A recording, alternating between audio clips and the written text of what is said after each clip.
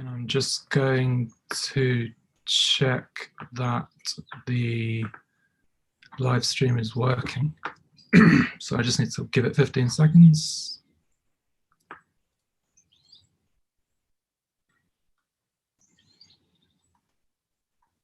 Okay.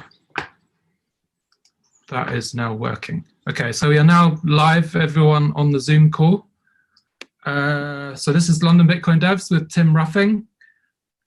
We had the Socratic seminar yesterday. I think there's some people on the call that were at the Socratic seminar yesterday. That was brilliant. Thank you very much for Tim and Peter and Greg and Waxwing and everyone for showing up and taking 2.5 hours out their day. It's really, really great. We'll get a transcript for that up as well. The video is up on YouTube. You can watch that whenever you like. Today, Tim's going to present on Schnorr Multisig and threshold schemes, and then we'll do a Q&A afterwards on that topic and also his dissertation. Tim, are you happy to have pauses during your presentation where there's questions and comments, or would you like to leave all the discussion until afterwards? No, sure, you can ask questions during the talk, and I think it's actually easier because I will cover multiple things, so I guess it's easier to ask whenever a question comes up. Okay, so you're happy for interruptions, right? Yep. Okay. Okay, hopefully there won't be too much talking over each other, but yeah, okay, cool. We'll have interruptions. For those who don't know Tim Ruffing is cryptographic engineer at Blockstream, contributors to libsecp, BitSchnorr, Bitcoin Core as well, and author of the Cryptography for Bitcoin and Friends thesis. So I'll pass over to Tim. Thanks a lot for being here, Tim. Yeah, thanks for having me. I already enjoyed the seminar yesterday, and yeah. Yesterday, the things that we didn't really cover, I think, was mostly multi-signatures. And so I give a quick overview over Taproot again, maybe from my point of view, of a crypto person or cryptography person, and then I'll talk about different issues in constructing multi-signature schemes. Yeah, as I already said, feel free to interrupt me if you have a question. Do you actually want to? I guess we're not sharing the slides yet, right? So we should do this.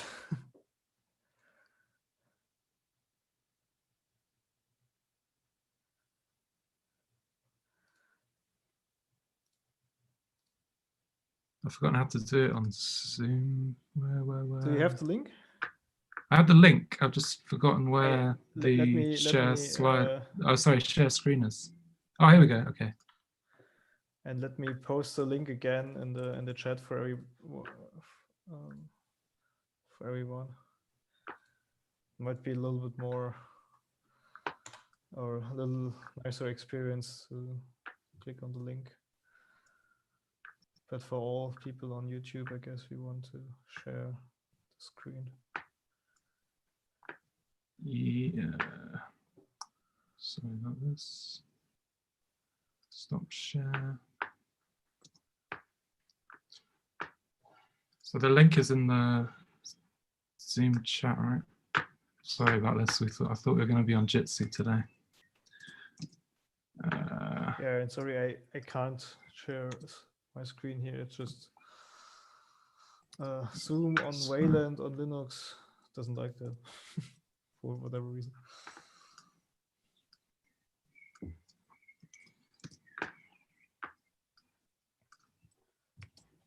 Why is that not copying and paste?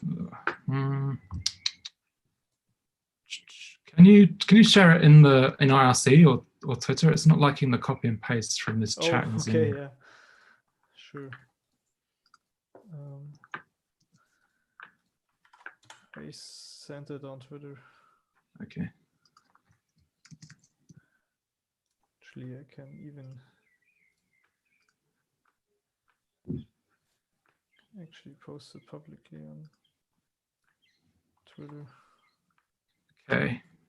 So I've got that link up now. I'm going to share a screen. I mean, if it doesn't work, maybe you could also try somebody else.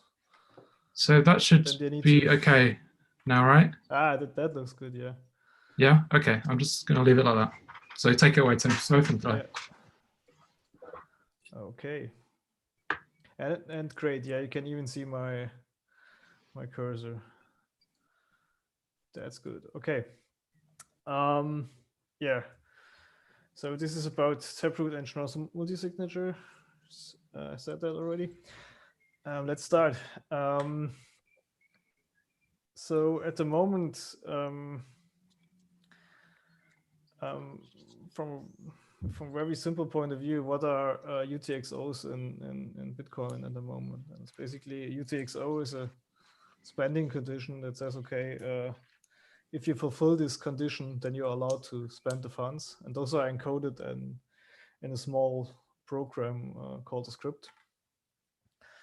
And in almost all cases, in the boring case, I would say that's the condition is you need to provide a signature of the transaction you want to make. And you need to provide a signature under a given public key that's hard coded in that script. So and the script's little book looks like this typically. So this might be an old version, whatever, but just to give you the idea, and you don't need to understand what this does, but basically here the public key is inside this hash. So the script says, give me a signature under this public key, and then you are allowed to spend the funds. And that's how we basically can define ownership of coins in Bitcoin. If I send it to your public key, then it's then these are your coins because you can spend them with your secret key. So in a sense, this is currently we have a public key inside the script. And in Taproot, basically, if you want to describe Taproot in one sentence, it's basically a script inside a public key. So it's the other way around. How can we do this? The basic idea here is that elliptic curve public keys can serve as cryptographic commitments, so they can commit to messages. And if you look at how a public key looks, it's usually a public key is something like G to the X, where X is a generator of the SecP curve in our case. And sorry for using multiplicative notation if you're not familiar with that. I had to decide for one, so I prefer that one. G to the X. And now what we can do with this G to the X, we can add this tweak here, where we can tweak X with plus H of G to the X and some data. And to an outside observer, this still looks like an ordinary public key because he doesn't see that structure here. Correspondingly, we can also tweak the secret key, which is just the exponent here, in the same manner. So the secret key is also just then tweaked with this hash function. So now we basically have a public key with a tweak, and we have the secret key with the same tweak. And data can be anything we want to commit to, okay? And in Taproot, we say the data here that we commit to is essentially the script. And if we have such a public key, let's say in a UTXO on the chain, what we now can do is we can spend it in two ways. The first one is called key path spending, and this is just an ordinary thing. What you can do now is you can produce a Schnorr signature, which is valid under that public key PK. And I will talk about Schnorr signatures later. But so far, actually, what I said so far is not specific to Schnorr signatures. The keys in ECDSA would look the same. And we could do the same trick with ECDSA, but it's not that cool for applications. But I'll come to that later. Just accept for a moment that that we will do this with Schnorr signatures. And this is what people usually. Okay, sorry, looked at the wrong slide. Sorry. So key path spending is one way. So we can produce a Schnorr signature that's just valid under this public key. And the cool thing about this is if we do this left part, then we never reveal that script. So nobody will ever notice that there is a script inside, if there is a script inside at all. And the other thing we can do is on the right-hand side, is script path spending. And there we actually reveal the script, and we reveal g to the x, and we fulfill the original script. And this is then, and the script again can be, as at the moment in Bitcoin script, can be an basically arbitrary spending condition encoded in a program. And actually in Taproot, it's not only a single script, it's a Merkle tree of scripts, but for what I'm discussing here, that doesn't really matter a lot. So usually key path spending is what we would do traditionally if a single party is involved. So even if there's no script at all, this is just an ordinary UTXO. You don't need to script here, and just ownership is defined by knowledge of X. And script path spending becomes interesting if we have something what people call a smart contract, which I define as some UTXO where multiple people are involved in the ownership. For example, if you think a two of two thing, for example, in Lightning, where you need several parties to agree on an outcome.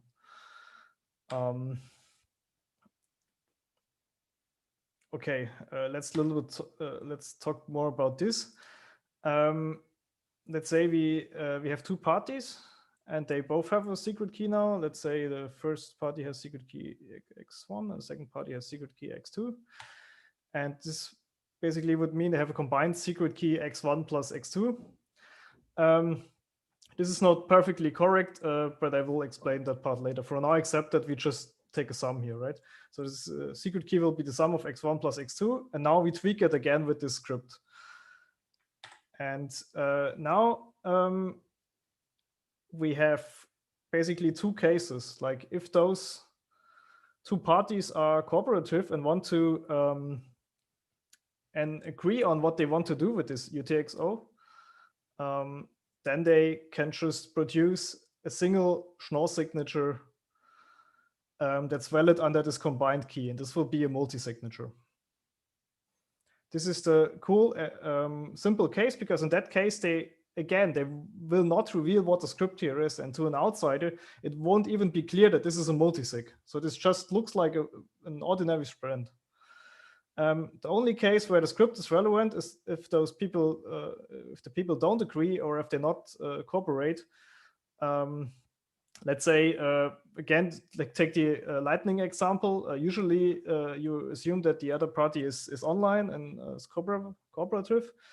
But if it's not, then there's a timeout. And after this timeout, you're able to spend the funds on your own alone without cooperation of the other party.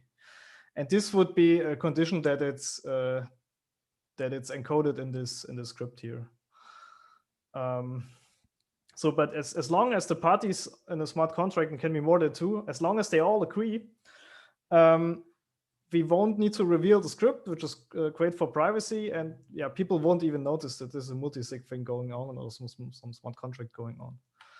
Okay, let me summarize those advantages. So this basically means with Taproot, all Taproot UTXO just will look the same. It's just a single public key in a sense, plus an amount, of course, but the amount is not relevant in our discussion here. So the UTXO itself is not a script anymore. It's just a single public key. And it's great because public keys are short. They're just 32 bytes. And also, as I said before, most spends look the same. Usually, if you take this nice key path spend, then the spend over UTXO is just a single signature. And this is also nice because Schnorr signatures are short, 64 bytes. And yeah, so the only exception is, as I mentioned, if we have parties that don't agree multiple parties in a smart contract that don't agree. And this is the only case where we need the script spending and need to put more data on the chain, plus need to reveal what's actually going on. And this is great for applications because our idea here is that at the consensus layer, we can just put simple Schnorr signature verification. And the consensus layer doesn't care about advanced Schnorr signature protocols or advanced Schnorr signature things, but we can build those on top. And on top without changing the consensus code. For example, we can build multi-signatures on top. We hopefully can build threshold signatures on top. We can build blind Schnorr signatures on top. As long as the output of all those things looks like an ordinary Schnorr signature, it's understandable by the consensus rules. And the consensus rules just do simple Schnorr signature verification. And again, this is great because the contracts are hidden from verifiers. It's just a single public key and a single signature, and you don't see what contract's going on. And again, and additionally, the consensus layer is kept simple. It's just Schnorr signature verification, and the consensus layer doesn't need to care about multi-signatures, threshold signatures. It doesn't even know what the threshold signature is. It just understands Schnorr signature verification. And then Tim, that bottom layer currently supports all of the above options in terms of multi-sig threshold blind signatures. There's no scheme out there that would need changes to that Schnorr signature verification. Not sure if I that you know of. Can you repeat the question, sorry? So for those contracts, the multi-sig thresholds blind signatures that you're aware of, they can all work with Schnorr as it is currently implemented. Yeah, so I will come to that part later. Okay. But the gist is that multi-signatures I think are basically solved. We need more work for threshold sigs and we need more work for blind signatures. But I believe all of this can be done.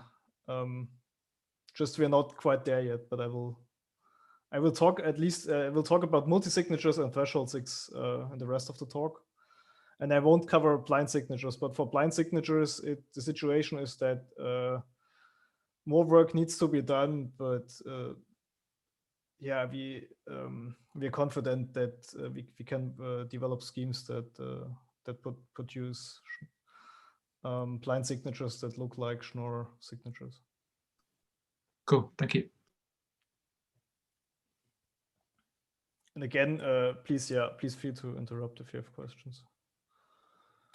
And again, as a summary.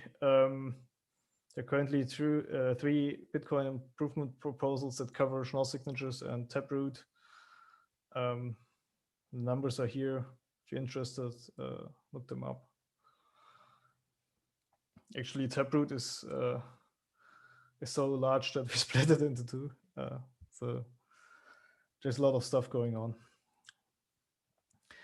And inspired by this idea or vision here, when people ask me what I'm doing at Blockstream or what my research agenda is, then basically I work on everything as long as it looks like a Schnorr signature, because then it's compatible with Taproot. So I'm really interested in multi-signature, threshold, blind, as I mentioned, or whatever signatures, or not even things like signatures, as long as in the end, they output something like a Schnorr signature. We can put it on the blockchain. We can play with it. Okay. And in the rest of the talk, I will mostly talk about multi-signatures now and a little bit about threshold signatures. Okay. Schnorr multi-signatures. Let's look at Schnorr signatures first. Okay, so secret keys are integers, scalars, and exponents. Let's say x here. A public key is g to the x, and here I don't write this streak down because I'm now looking just at the signature scheme.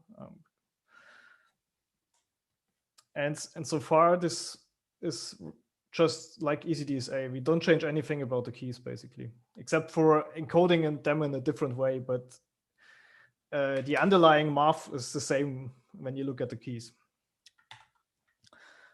Now the signing algorithm takes the secret key, it takes the public key, takes a message, draws a random value R. It's called the nonce. And here I write this symbol here for random, but I will come to, I will discuss later how we should implement this in practice. It computes the public part of nonce, which is basically capital R, which is G to the R. It computes what we call a signature hash, challenge hash C, which is the hash of the public key, R and M. So for those familiar with the details of the cryptography here, this is then Fiat-Shamir style. And then it computes in value S, what we call a partial signature. And this is X times C plus R. Okay, and now you already kind of just intuitively, you see what the point of this R value is.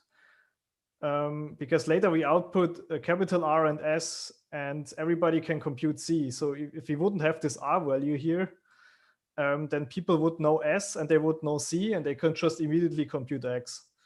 So this already gives a hint why this R value is so crucial in our signatures. Okay, and the verification algorithm takes a public key. I write a capital X here, which is then G to the X, but of course the verifier doesn't know the small x. Takes a signature, which is RS, and it takes M. It can compute the same hash here, because it has public key, it has R, it has M. And then it can check this equation on the left-hand side, but because it doesn't have X, it needs to check it basically in the exponent. And this looks like this now. So G to the S equals X to the C, where if we write this down, it's just G to the X times C. So it's the same as on the left-hand side, times G to the R. And again, we have this R here. So this is basically the public version of this equation here. This way verification can be done publicly. It's what we want from a signature scheme in the end. And then, yeah, you check if this equation holds, and if yes, the signature as well.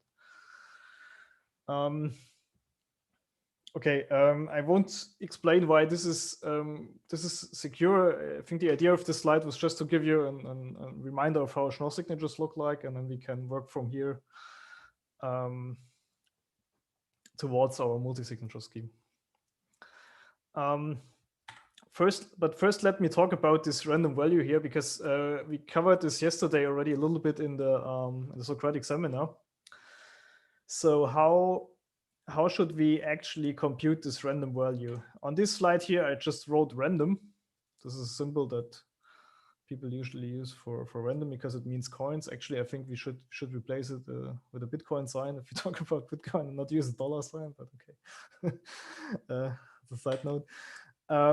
What we do in practice here is we derive this randomness deterministically, which first sounds like a paradox, right? If it's not real randomness if it's deterministic, and that's actually it's really not real randomness if it's deterministic, but it's still unpredictable to adversaries, and this is what matters. So the idea to how we derive this value is that we take another hash function.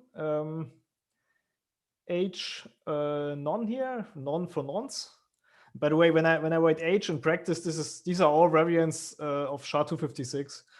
If we want to use this in Bitcoin, just that when I write those slides, it's more like I'm looking at it from the theory point of view, and then any good hash function will do. So just write H, it's simpler. So we have H non here, and we have some public inputs, the public key, the message. But we also have the secret key as input, and this is why it's unpredictable to attackers, because the attacker doesn't know X, the secret key X. The attacker can't compute this value here. And then we also mentioned this yesterday. If we just would put X, PK, and M here, then it would be really deterministic. But because we are super careful, we also add some additional real randomness just in this hash function. This basically means if this rand argument here argument in the end it's not really random, then we still have a deterministic thing and the attacker can't predict it. But if this is real randomness here, it's additionally randomized, so it's even better for to protect against side channels attacks. But that's a detail. If you're interested in the side channel protection thing, please read the BIP. So this is the only thing I changed in the algorithm here. And why is this important? So the problem is if you don't use this trick of deriving randomness deterministically, what can happen in practice, and this has happened, and this I think it has happened really too often now, is that if you use like a real random number generator, maybe from your operating system, those tend to fail in weird ways, and the code path that should handle the failure is often not well tested or whatever, or that actually doesn't give you an error message back. It just gives you zeros back. It gives you repeatable values back. The entropy is not enough. There's so many things that can go wrong here. And to give you one example, the worst case basically that can happen is that you use the same randomness twice. You use the same small r value twice. And now if you have different messages, like look at this equation, if you now assign different messages with the same r value, then the c value will change because you put a different message here in the hash function. So you have, in one case, you have this equation with the c, and in the other, in the second case, you have the second value s prime with the second signature hash c prime. And now you reveal those two values to the world. And now what happens is you can just subtract these two equations, and you get this here, and this is just equivalent to this equation. And this is this lets everybody compute your secret key, because they know S, this is what you revealed as part of the signature, and they know C because they computed from public values. So this is the worst case that can happen if you reuse the same randomness for different messages. Just everybody can compute your public key.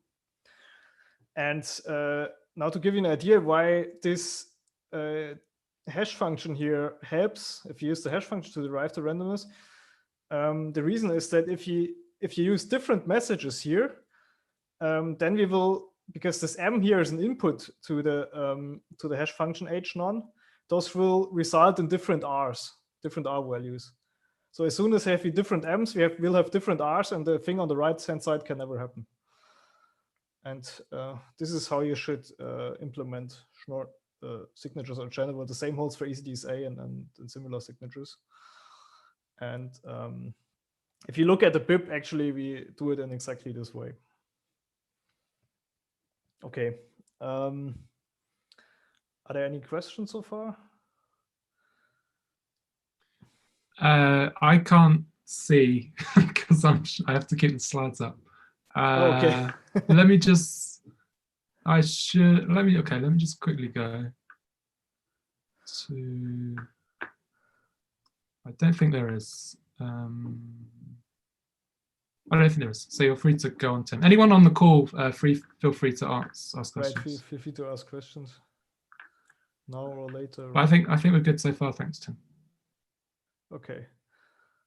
But yeah, if there's no questions now, then just keep going. Okay, so this is this is how Schnorr signatures look like. Let's see how we can expand this idea to multi-signatures. Okay, this is the naive way, and it's insecure. I think it should be obvious from the slide. Yeah. But it gives us goes in the right direction, I would say. It gives you the rough idea, and then we start from here. So now the idea is the secret key X is now split among multiple parties. Okay, so they all have a share of it. First party has X1, second party has X2, and so on up to Xn. And if we all add them together, we get X. So this is how we set up the keys basically. And the secret keys. And for the secret nonces, we do the same. Okay, this means if you look at the corresponding public values, you can say that the public key of the first party is capital X1, which is G to the X1. The public nonce of the first guy is R1, capital R1, which is G to the R1, and so on and so on. And I think I don't have it on the slide here, but this also gives us a way to compute, let's say, an aggregated public key by just multiplying all those public keys into a single public key, capital X. So how would a signing algorithm look like? On the left-hand side, this is the ordinary Schnorr signature signing algorithm. I just put it here as a reference. And now on the right-hand side, I give you the naive multi-signature algorithm that's broken. Let me stress again, it's broken. So the idea is that everybody now computes this nonce R1 or Ri here, if you're participant I, the public part of it, and now all the parties broadcast their values. And as soon as everybody has received all the R's, we can combine it into a single R. And if we have this single final R, we can compute C as before. And then we can compute everybody can compute his part of the partial signature, which is now Si, or not his part of the partial signature. That's why it's called a partial signature, right? Everybody can compute his partial signature. Si equals Xi times C. The C is the same for everybody, plus Ri. And what we can do again is we can sum up all the S's and give the signature back. And because everything is, so I don't have a slide for this, but because everything is nice and linear, this will work out. This will give us a valid signature in the end. So if you look at this equation, it's basically sum over all R's. This gives the final R here. This is the sum over all X's, gives the final X here, and we implement this via a sum over all S's. And everything is nicely linear, so we can just add up everything and get the final signature. And as I said, this works. The problem is not that it doesn't work. The problem is that it's not secure. So why is this not secure? There are two issues. The first issue is, and we also mentioned this yesterday, is a row key attack. Let's say we have three parties. The first two are honest. They compute their public keys, pk1 as G to the x1, pk2 as G to the x2. And then there's the third malicious party. And what is third malicious party? Let's call it the attacker do. The attacker selects the public key pk3 dependent on the other public keys. Namely by G to the x3, where x3 is known to the attacker, divided by the product of the two other keys. So yesterday you called this subtraction attack because I switched to multiplicative notation. It's a division attack now, but it's really exactly the same thing. Now if you combine this into a public key, into a combined public key, we take the product of this, and if you write it down, it looks like this. And then we see that x1 cancels out here. X2 cancels out with this one here. And what we get in the end is just G to the x3. And this is very bad because this is the final public key, and x3 is known to the attacker. So the attacker can now sign alone without party 1 and party 2. Of course, this is exactly not what we want in a multi-signature scheme, because the entire goal is that they all should agree on the message, and not a single party can sign for everybody. So the key subtraction attack is the same as a key cancellation attack, which is the same as the raw key attack, right? There's like three names for exactly the same thing, or not exactly the same thing, but the same kind of notion.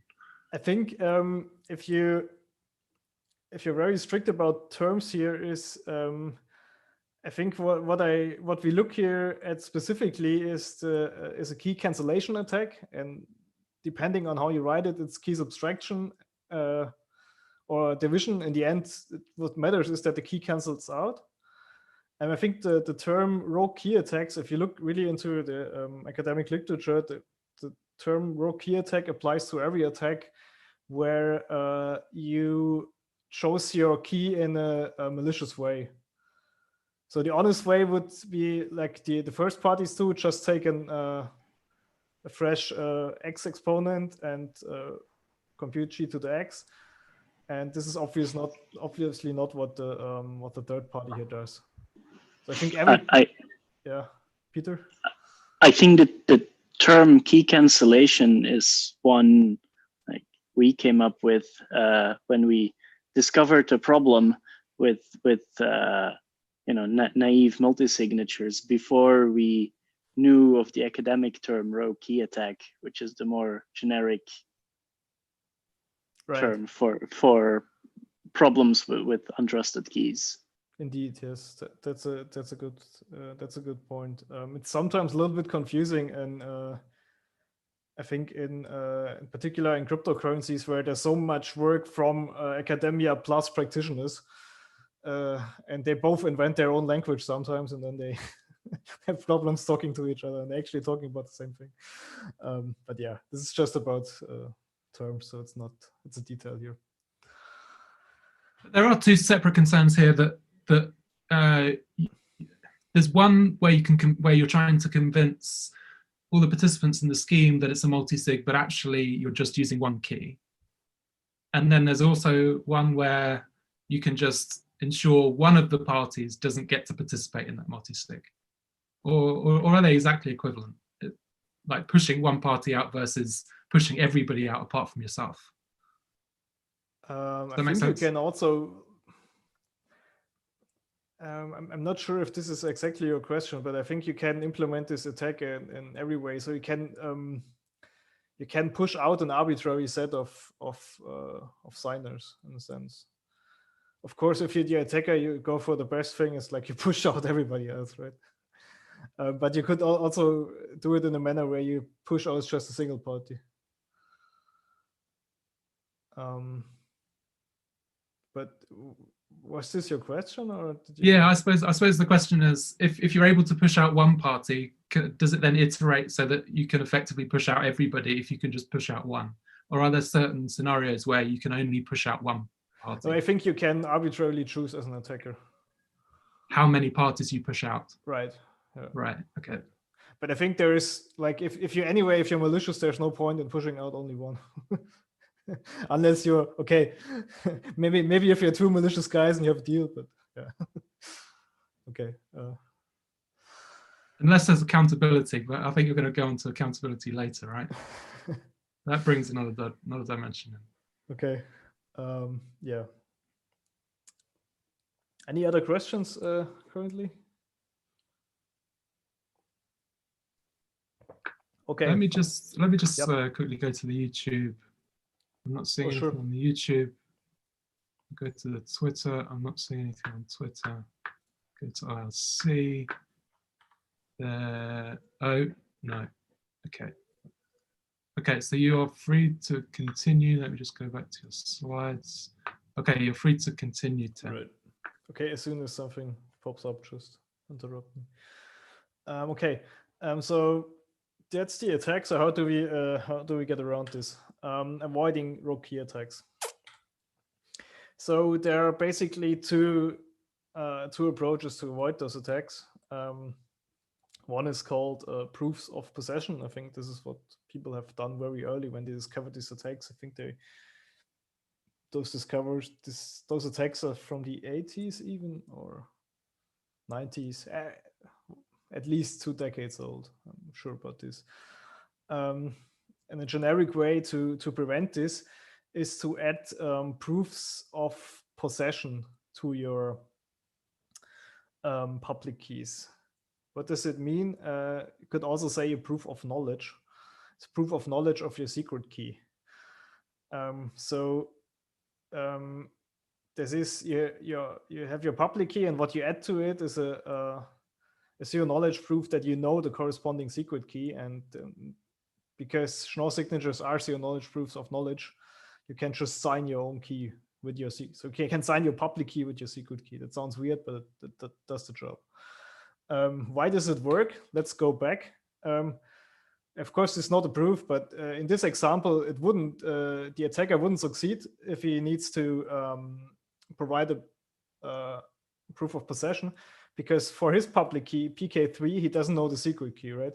So he only knows the Act3 part, but it's actually Act3 minus X1 minus X2, and he doesn't know X1 and X2. So he wouldn't be able to produce a zero knowledge proof that he knows this sum in the brackets here.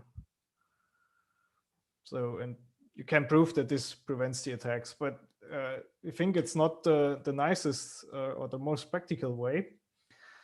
And the better way, or we believe a better way, is what music does. And what we do there is we use a key aggregation, public key aggregation function with tweaks. And how does this work? Instead of, okay, this is wrong. Forget about this middle thing here. So when you do copy paste mistakes, right? So instead of just multiplying the public keys, we additionally add some coefficient here for every party. Those coefficients A1, A2, A3, and you would put them here. It's like the product of public key I raised to AI. So what are those coefficients? They're computed via a hash function, or we can call them tweaks. That's why I said that tweaked key aggregation.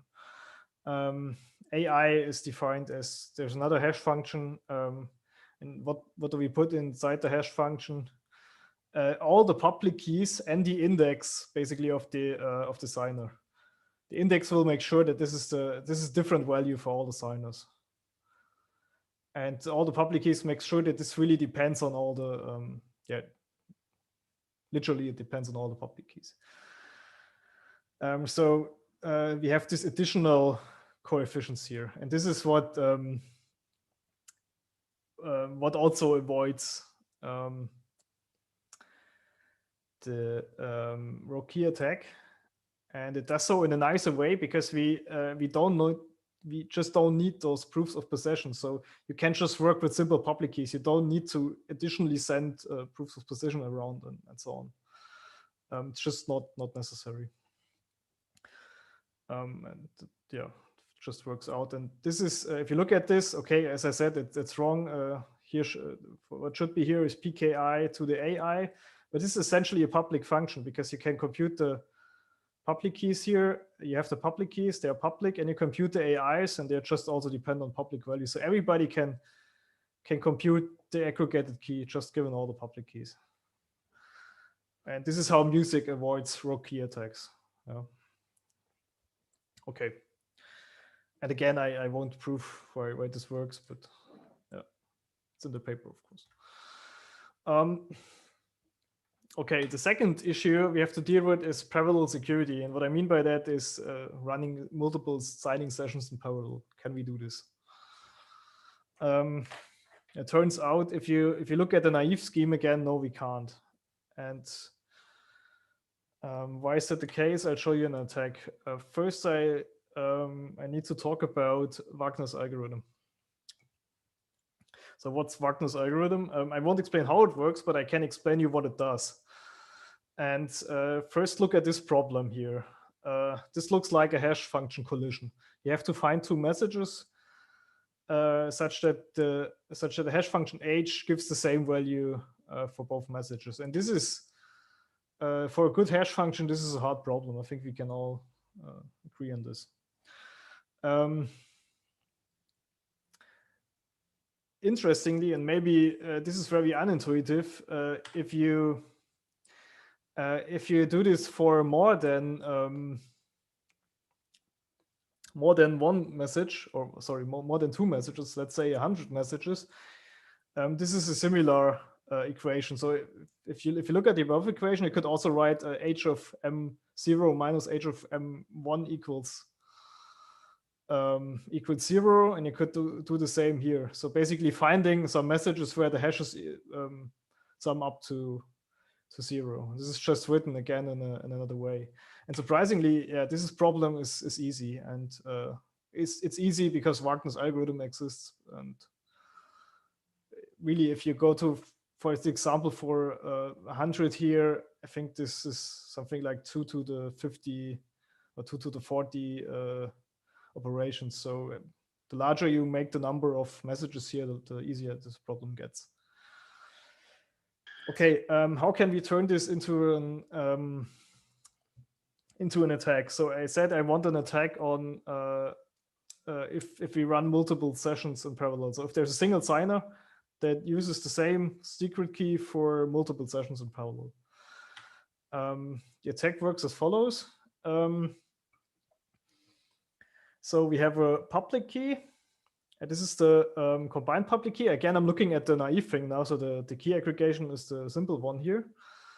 But this doesn't matter for this attack just because it's simpler now. X, let's say X is the value that belongs to the victim, the honest party, and X prime is the value of the attacker. Okay, and now what the attacker does, it opens 100 sessions with the victim. 100 signing sessions with those messages. And yeah, we assume that the victim wants to complete this, wants to really sign those messages. So what the victim will do, it sends his part of the nonce, namely 100 nonces, each one nonce for each session. And now here note the indices here now denote sessions and not parties. The parties are either no prime or we have a prime here.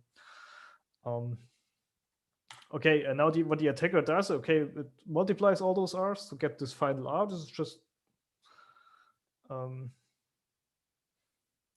this is a little bit similar to the honest algorithm, actually, just that it now multiplies sessions R's from several sessions.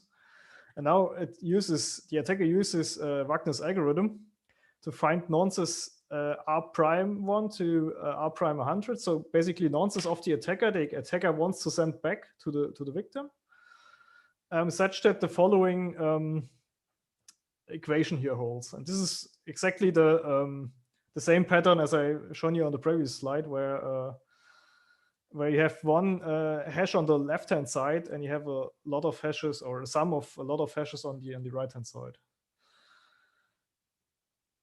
And because the attacker so can choose this nonce. So okay, let's look at those first.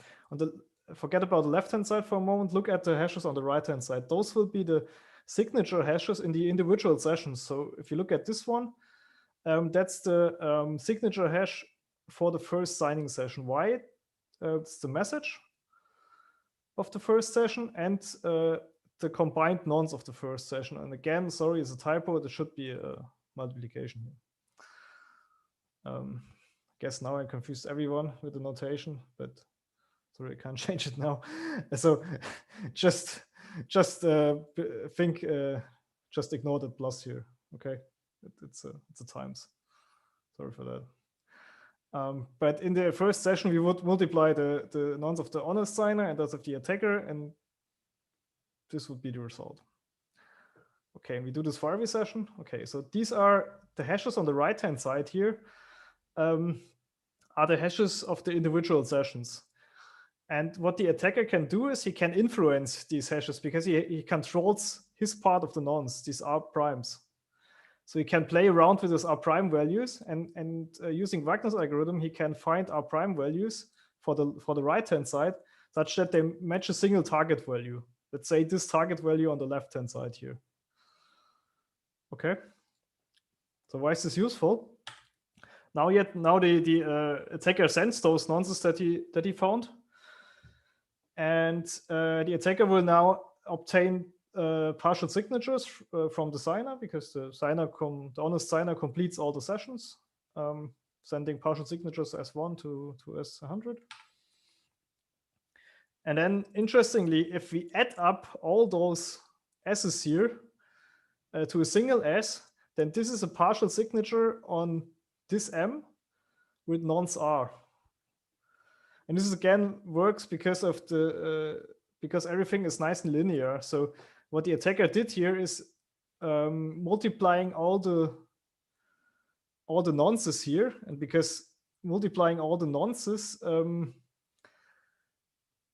basically this corresponds to summing up all the partial signatures here. And for the hash, we have this nice thing here with Wagner's algorithm, where the target R here is exactly that R in that hash.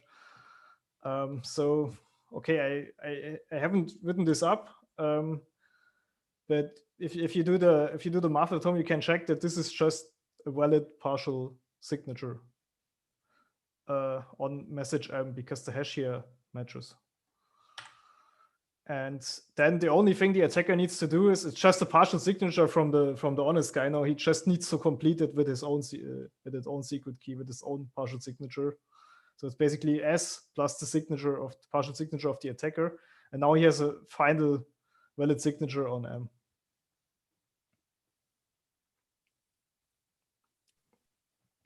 Okay, maybe because I'm not sure if everybody could follow. Let me ask again if there are some questions now. So a parallel session is when you have a server set up to do the signing.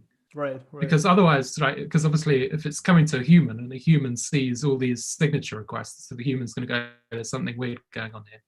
So it's taking advantage of there being a automated server set up to sign, and people not noticing that it's providing lots and lots of signatures. Yeah, it's not necessarily not noticing. But I think the scenario you're describing is exactly the right. Yeah, it's basically think of a service maybe that serves multiple clients. That's one example. But there are also so first of all, there are other examples. It could also be, let's say you have maybe then you should think about your key management, but maybe you have the same key on several devices and they just can't talk to each other, so they can't even notice that there are parallel things going on, but they all use the same signing key. This is another scenario, but it's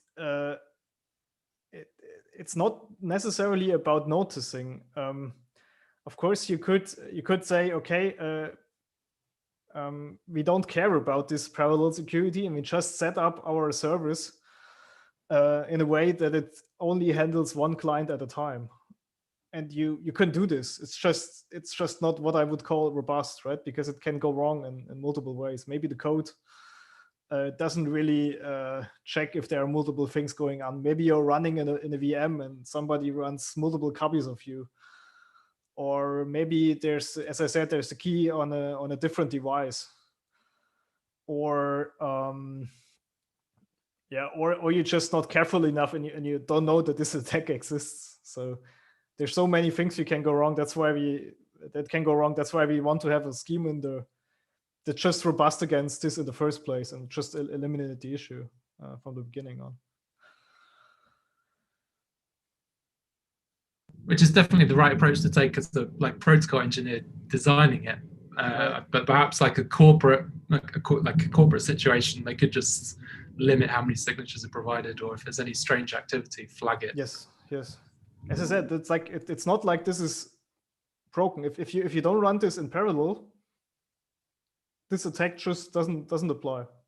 Yeah, it's just hard to ensure in practice that you're doing the right thing. That's why, exactly as you said, from point of view of a protocol designer, we want to build a protocol that just doesn't have this issue, so people can't use it in the wrong way.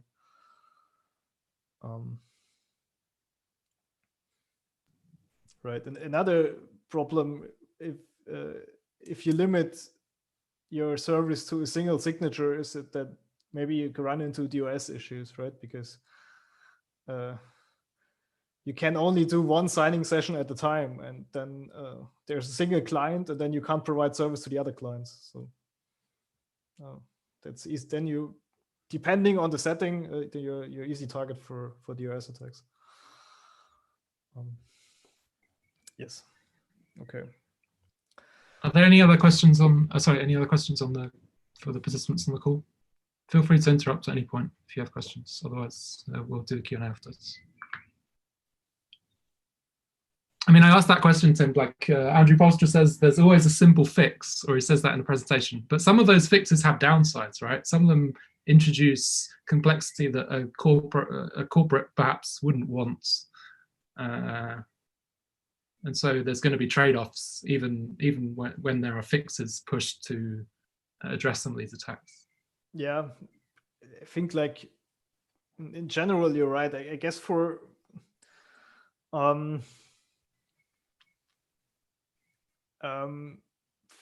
if you look at the previous issue with the rogue key attack, I think the fix is simple enough. It adds a little bit of engineering overhead, but that shouldn't matter to you if you use a nice library that already has implemented it. So you only need to do it once and take it off the shelf. And it adds a little bit to the runtime, yes, but it's really acceptable for the increased security. But of course, everybody is in the end free to make their choices also. But I think your comment will even more apply to the fix that I show you now, because this is really something that maybe people don't like in practice, and there's a real trade-off. Of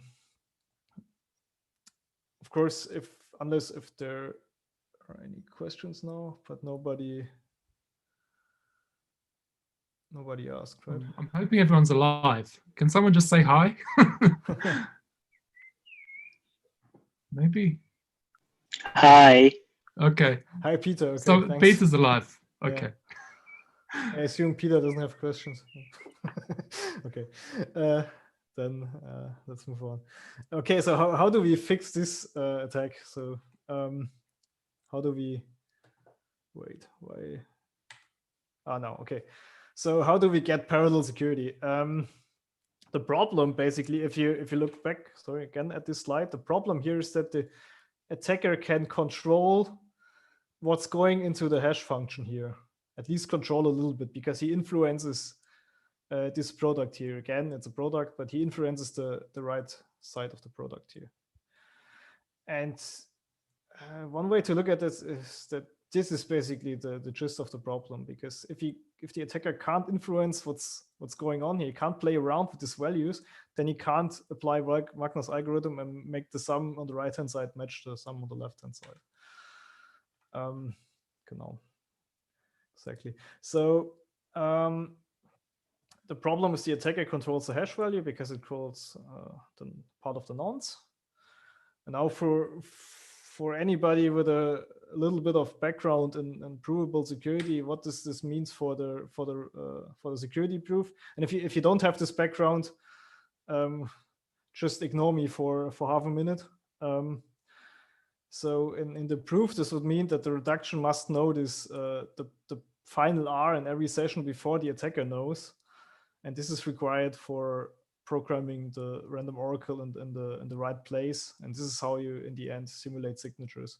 And if the attacker can predict this R value because he controls it, then the attacker can make this query before we can program the random oracle. Okay, and end of the provable security part. As I said, if you didn't get this, no worries, a little bit deeper. But how do we fix this issue now? And I think this is, again, understandable for most of the parties. The fix is that we let every signer send a commitment to his R value up front. And if you look at the attack, why does it help? The idea here is that basically the victim sends nonces, and then the attacker knows those nonces already. and can play around with them. In particular, like he already knows the final target value here, which is the product of all those nonces, before he needs to reply with his own nonces here. And by introducing a commitment, we will avoid exactly this. And now if you look at the final music algorithm, again, on the left-hand side, this is a normal Schnorr signature. On the right-hand side, we have basically, okay. I'm lying a little bit here. This is not music. So please, please don't implement this. Anyway, please don't implement crypto if you not know what you're doing. But okay, what I left out here for simplicity is again this the protection against rogue key attacks, because this wasn't important here. But I wanted to put a note on the slide. Forget about this, and I forgot about the note. So this doesn't have the A1 coefficients, but it protects against the attack we've just seen. Why? Here we exactly in this line we're introducing what I said. Everybody commits to his nonce up front, and now the attacker also has to commit to his R1 value. And only if we receive the commitment from the attacker, we will broadcast our own value. That basically means that the attacker can't choose his values depending on his R values depending on our R values, just because he, at the moment where he needs to commit to his R values, he doesn't know our R values. And of course, then later we need to check if the commitment of the attacker was correct, and if not, we just abort. And this is essentially a very simple fix, and fixes the problem entirely.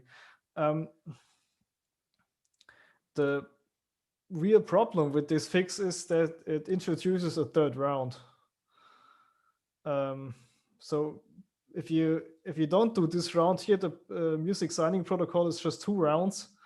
If you introduce this round, it's 3 rounds. And this can be annoying in practice. And I think this is exactly this is exactly a nice example for the trade-offs you mentioned. And if you're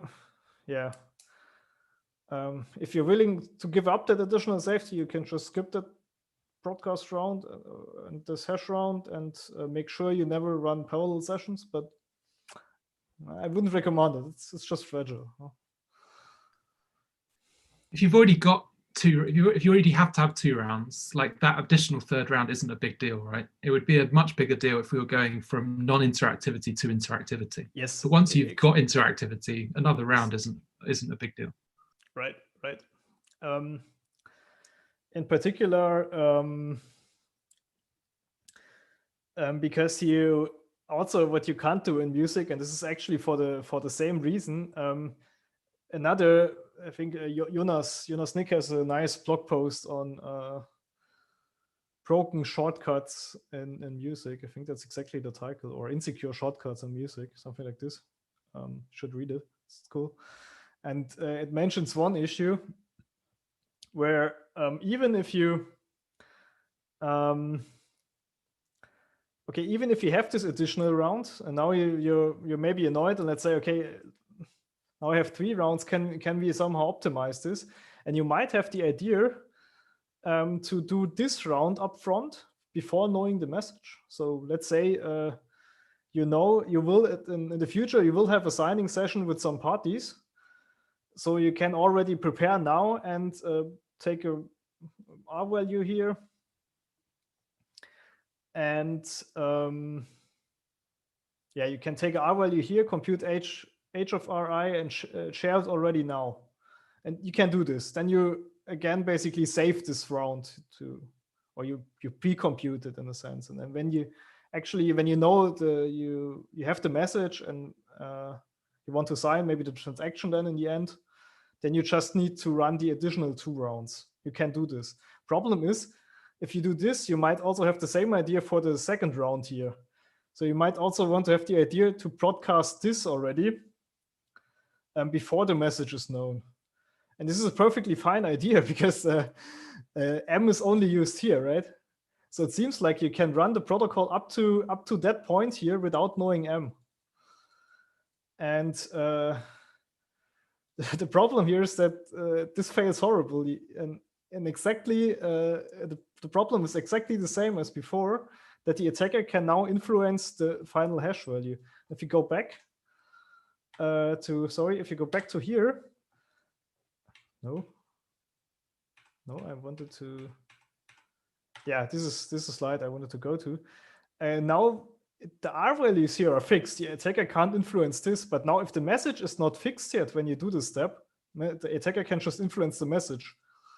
And again, he controls all the hash values on the right-hand side and can do exactly the same attack.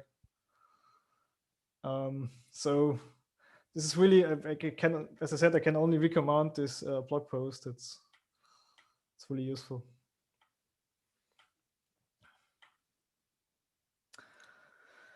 Okay. So the last part shows some small extensions to music, or not small, but let's say I won't go into detail. Just have maybe one slide per extension in a sense. One thing we're currently working on, or actually I can say this is already this is basically done, it's accepted at the conference. I come to this. So let me repeat that Schnorr signatures, they need randomness, right? They've talked about this a lot. And I also explained to you that true randomness can be broken, and this leads to bad failures, and then like use this pseudo random generator. That's actually what I had with, I called this deterministic randomness. Sorry, the wording here is not perfect with my previous slides. It's like copied from a few talks. Hope you can follow. But this is exactly what I shown you with this H non function, where we derive the randomness deterministically from the secret key in a message. And really, we hammered this into heads of people that they should really do this. This is the right way to do it. Problem is, and we also discussed this yesterday, if you apply this to multi-signatures, it fails catastrophically. So it's exactly the other way around. If you do it deterministically, it fails. Why is that the case? I can give you an intuition at least by going back to this slide where I explained this attack here on the right-hand side. If you ever use the same R, the same nonce basically for two different messages, or in the end, two different C's here, then everybody can compute your secret key, right? So now if we look at music, or at least again the simplified music where the key coefficients are not there, but it doesn't matter. If you look at music here, the same attack would apply if you give the same partial signature with the if you give a partial signature with the same R1 or Ri here, and different C's here. And now how can C be different? Well, let's say we are two parties. You're the attacker, and I'm the honest user. I derived my nonce deterministically. So we have a session for a message M, and I derive my nonce from the secret key and M, and I arrive at some R1 value, and I give you this signature here. This partial signature. You get this, and now you start the second round for the same message. Maybe because you claim the first one failed, you never received the value or whatever. What you do in the second round is, or second session is, that you send a different partial nonce for you. So you send a different R, let's call it R prime maybe, or R2 if your index of the attacker is 2. Now this will result in a different C. But because I derive my own nonce deterministically, I will use the same my same nonce here, my same R value, but now the C is different because you didn't choose your nonce deterministically. And this is exactly how we fix this problem. We introduce zero knowledge proofs that prove that everybody chooses the nonce deterministically, and then it's working again, because this is exactly what avoids the attack that I just mentioned. So you can only use deterministic nonces if you know that everybody is using deterministic nonces, and the only way to know this, or the only way that we're aware of to know this, is to add zero knowledge proofs to the protocol. And when I say they're somewhat expensive, this basically means, okay, they add maybe 1 second to the protocol. Depending on your hardware and number of signers, of course. But maybe think about 1 second. Okay. And on the way, we also get rid of the 3 rounds. We have 2 rounds now with this. But again, if you use those expensive zero knowledge proofs, so now it's a real trade-off here. You may so if you just would do this for efficiency, it's not clear what's better here. Maybe then actually it's better to run a 3rd round depending on your setting. This really depends on the scenario, I think. But the main point of this paper is not to go to 2 rounds, but the main point of this paper is to avoid the requirement for true randomness, because this can fail in practice.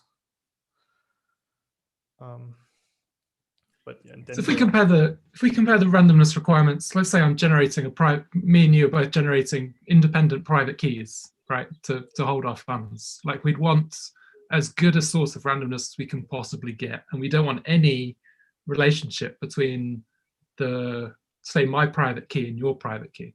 But when we're generating nonces, are you saying there should be a relationship between those nonces in terms of the definition of deterministic?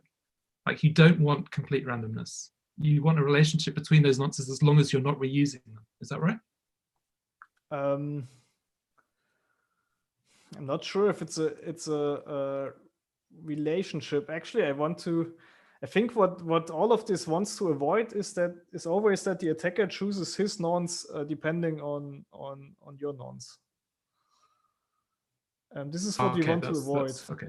This is also maybe a nice intuition why this gets down to 2 rounds, because we needed this 3rd round exactly, this hash commitment exactly, to prevent the attacker from choosing his nonce depending on the honest nonce. And so with this hash, the attacker doesn't have a choice anymore. At the point when he needs to decommit to the nonce, there's only one choice left for the attacker. And now if we have zero knowledge proofs that prove that the attacker needs to prove that the nonce was chosen deterministically, again, there's only one choice, because it's the output of the deterministic function. So again, the attacker can't play around with his nonce and choose it depending on our nonce. Okay, so it's more than just nonce reuse. It's an attacker choosing a different nonce based on your nonce. Yeah. But there is a relationship between those two nonces. So it kind of runs use on your side. You would reuse your own nonce. Yeah. Yeah, Peter, go ahead. Yeah, the problem is when an attacker can predict what nonce you are going to use while they change their own. So you want the property that if any participant changes their nonce, everyone's nonce has to change.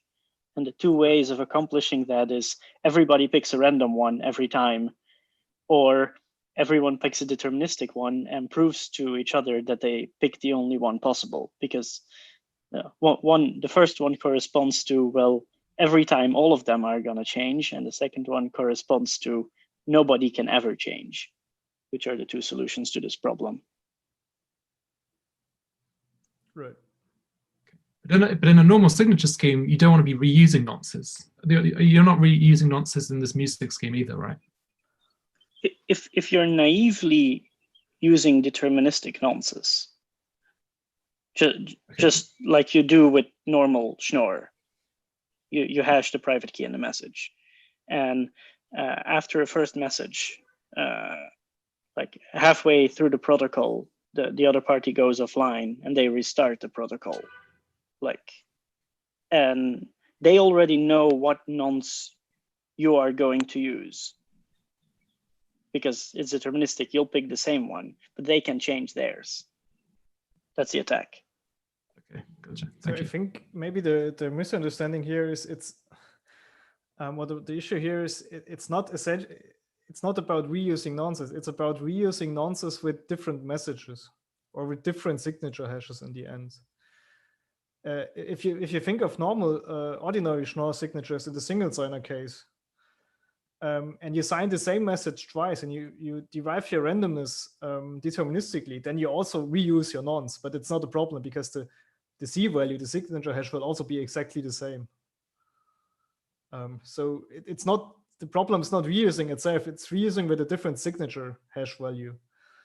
And now if you have this interactive scheme, the attacker can influence the signature hash value by choosing his own nonce. Whereas in the single signer case, one signer chooses everything. There's nothing that the attacker can influence, or where the attacker can influence the signer during the signing process. But in multi-signatures, he can. And he can use this power to change the C value and then force you to reuse your nonce on different C values. And this is what creates the problem in the end. Cool, thank you. Just to comment on the YouTube, Tim, apparently your voice is quite quiet. I don't know if you can turn the volume up or just put the mic a bit closer to your mouth. I can make it a little bit louder, yeah. Yeah, that's great. Just change it. Hope it's better now. Okay. Yeah, it's louder. Thank you. Okay, so this is one project. As I said, it's accepted at the CCS conference, ACM CCS this year.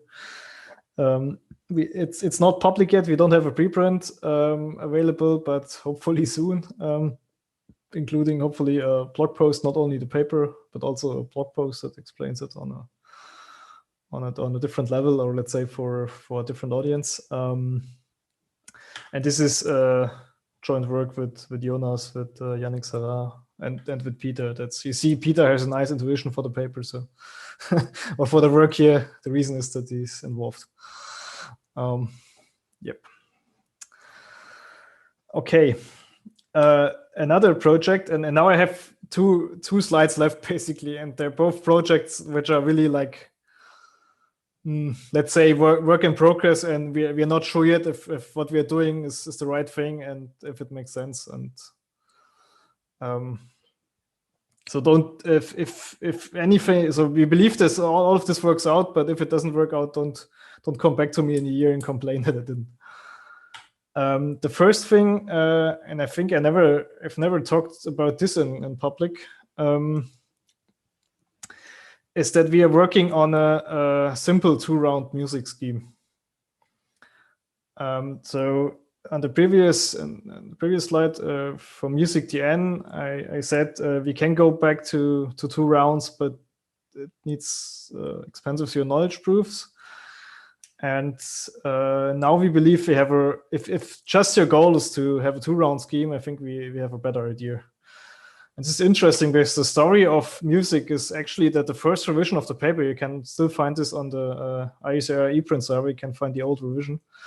And this actually contained a 2-round scheme with the security proof under an assumption which is not exactly discrete logarithm, so not exactly DL, but a little bit stronger. It's called one more discrete logarithm. It's related to DL.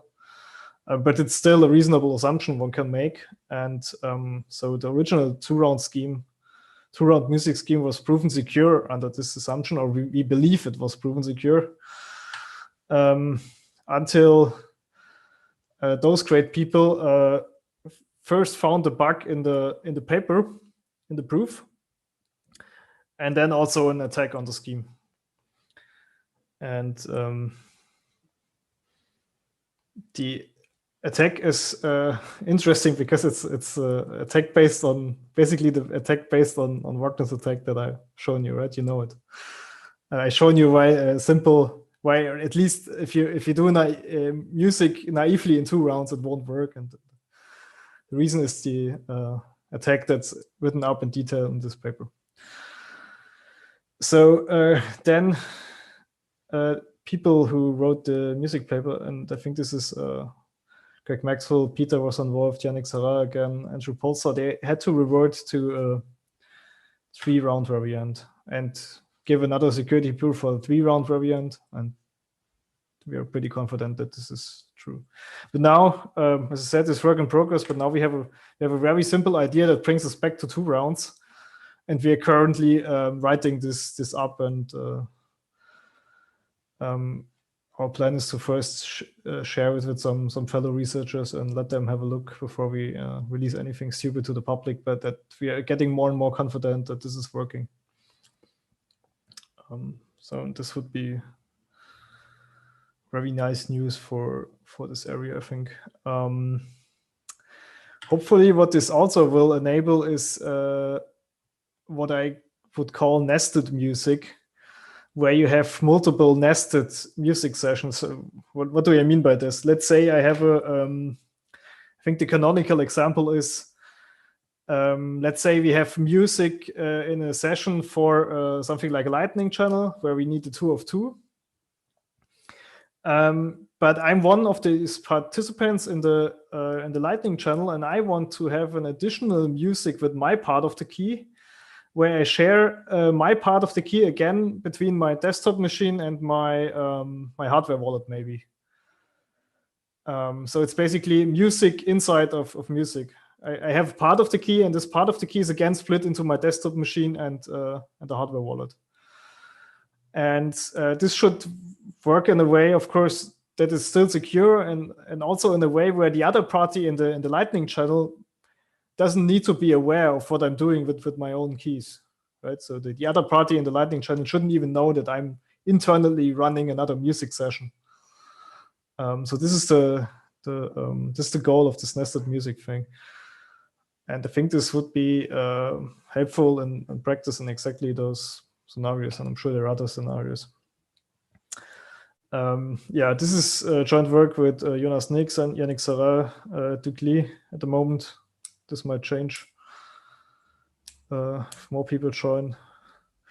It's not clear yet, and as I said, it's we're working on it. We think it works, but we're not confident enough to share it with the world at the moment. So please be patient.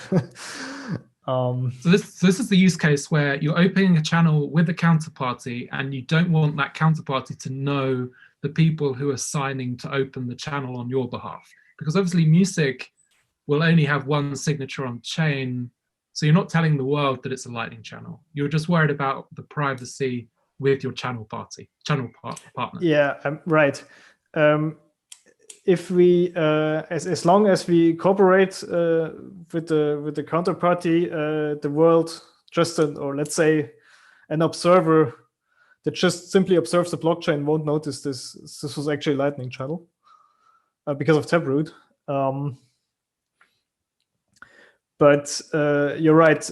What I worry about is the privacy against the counterparty. So I don't want to tell my counterparty how I'm doing key management with my hardware wallet, for example. And it's also, again, it's a little bit like in Taproot. It's not only for privacy. It's also for simplicity. Because in a Lightning technical Lightning spec, you probably only want to support 2 of 2 music. Just for simplicity, you don't want to explicitly care about the case that one of the parties is actually a multisig between more keys. So you can keep the specification simple, and the code of the counterparty doesn't even need to care about what you're doing because it doesn't know in the first place. So it's good for simplicity, and it's good for privacy. Cool, gotcha. Thank you. Okay, and the other thing, and this is my last slide, is threshold music. And to remind you what that is, so multi-signatures are N of N, basically, what we call N of N, and threshold signatures are generalization to T of N. Typical cases, this, for example, this payment with an escrow where you have a 2 of 3, or you share your key among multiple hardware wallets and store them at different locations. And of course, if one of them gets stolen or destroyed, you still won't be able to spend your keys. So you can lose a few of those hardware wallets. And a lot of different applications. Also, at Blockstream, we are particularly interested in this because Liquid uses a federation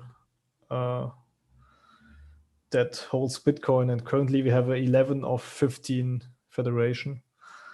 And to make that efficient, would be cool to have a threshold multi-signature scheme, such that those 15 people can handle the coins more efficiently. And actually, this won't be the values will increase, so we won't be sticking to 15. So this should be much larger. So when we started to write the Schnorr signature BIP, and when I say we now, I don't mean Blockstream, I mean the people on the Schnorr signature BIP, of course, which are all at Blockstream, okay, but bear with me. We believe that threshold Schnorr signatures are basically a solved problem. And why? Because there are many papers in the literature, they use Shamir secret sharing, and these are old papers, like decades old. And they look pretty solid. But in the last year, we've taken a closer look at this and discovered a few problems with this. For example, the schemes in the literature, they all assume,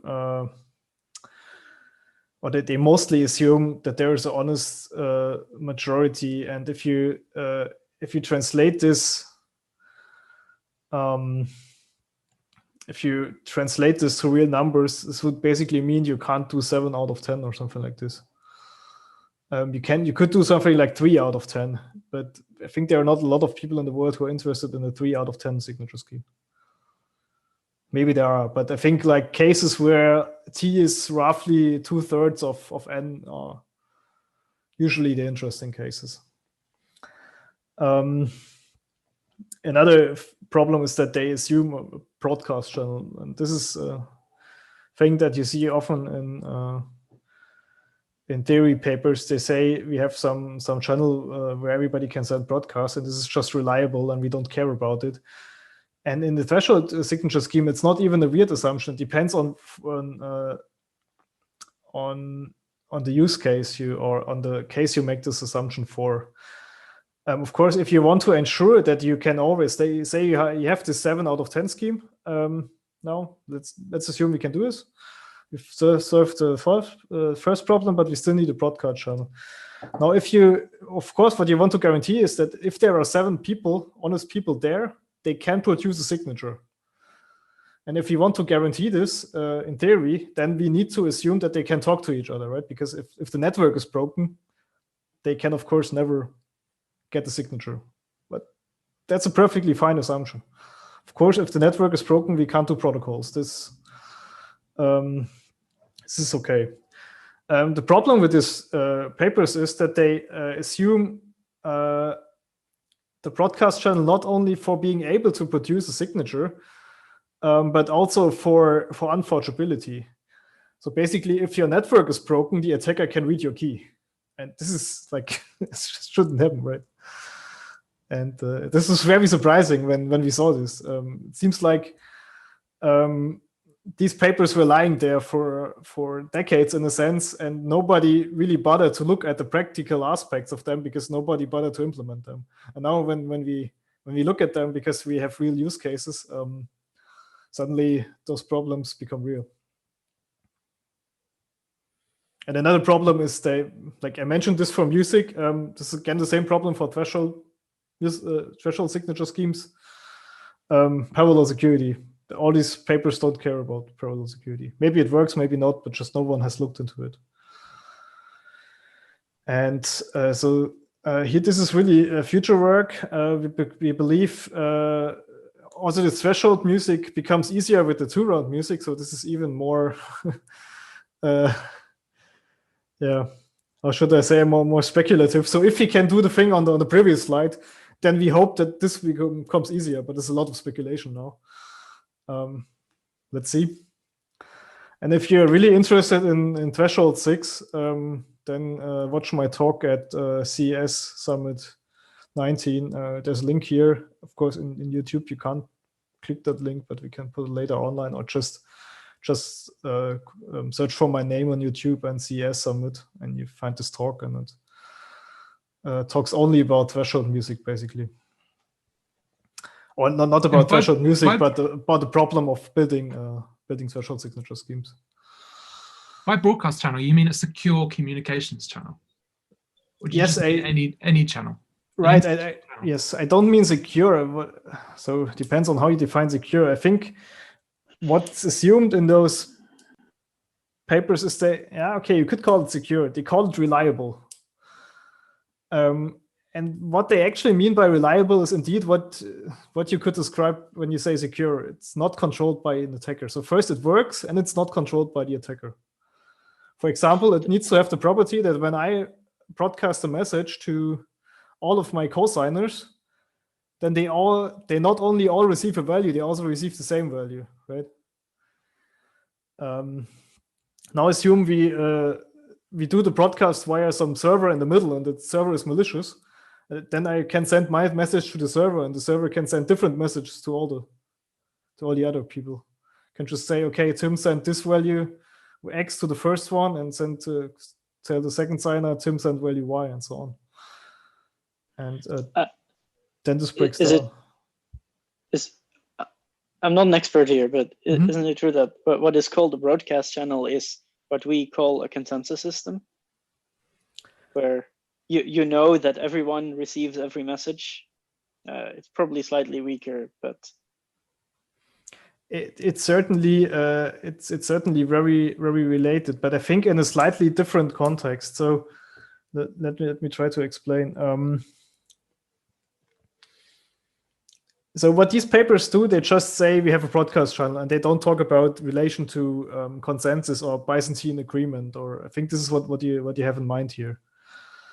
Now it's true what you say, that notions like consensus or Byzantine agreement are very related to what's called terminating reliable broadcast, for example. And I think this is what I described now. And they're essentially equivalent. So given a protocol that solves consensus, you can solve terminating reliable broadcasts. But there are two problems with that. And first of all, there's a huge overhead. So basically in the worst case, like if there are malicious people that want to prevent you from finishing the protocol, you add a lot of messages. Basically for every broadcast message you want to send, you need a lot of rounds to make that one broadcast happen. So if you put this terminating reliable broadcast protocol below your threshold signature protocol, then the resulting thing is not very efficient. And the second problem is that because this is related to Byzantine consensus, it actually only works with a 2/3 majority. And this is again what we want to avoid with this honest majority assumption. We just don't want to assume that 2/3 are online. So what we in the end want is we want a threshold protocol that works without this broadcast channel. That's just secure even if you don't have a broadcast channel. That we put it this way. Yep. But in a consensus system, you'll get the message or the transaction or whatever, assuming there's no eclipse attack or partition attack. This wouldn't be a consensus system because there needs to be a message sent from one party A to party B, right? Rather than it propagating via other parties to get to party B. Yeah, I think this is again now a little bit confusing with the terminology. I think when Peter said consensus, I hope what he meant, because then it fits my explanation, is something like a Byzantine agreement. And this is a notion from the distributed systems literature. And it's usually when people talk about this, they mean something like a well-defined number of parties, like a federation. or people here would maybe say permission blockchain or something like this, with a clear membership and not an open system like Bitcoin. Yeah. So consensus when we say consensus, we typically use this term for systems like Bitcoin, where everybody can join and there's no defined membership. And then if you look at the distributed systems literature that say, okay, maybe you have 20 servers and they now want to agree on a value, this is called Byzantine agreement. Yeah, I should have used that term. But Yeah, yes, that's what I meant. Yeah. I mean, I expect a yeah, never mind. Yeah. Yeah. But are there any attacks for a man in the middle on that broadcast channel? Like, I mean, can they malleate signatures or something? Well, the assumption that you have a broadcast channel implies there's no man in the middle. Right. Okay, so it's a secure channel. I suppose it's terminology again. I suppose when you use which words. Yeah, but that's again, like, I think when people usually when people say secure channel, they think of two endpoints. And then they say there's no man in the middle, and this is what we call a secure channel, yes. But here we are talking about the broadcast channel, so it's, I think it's really subtle. It's something where you have the property that anyone can send out a message and everyone will receive it, and everyone will also know that everybody has received that message. Right. So that's far stronger than just a secure, encrypted, authenticated channel between any two parties.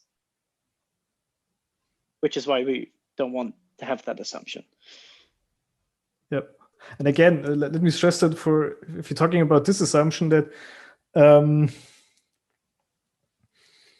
it's okay, like in threshold signatures, and yeah, again, look at my talk if you want to have more details. But the gist is you want two properties.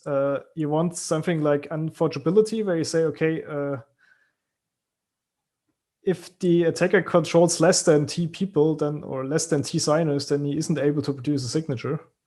So if you're just T minus 1 signers, you can't produce a signature.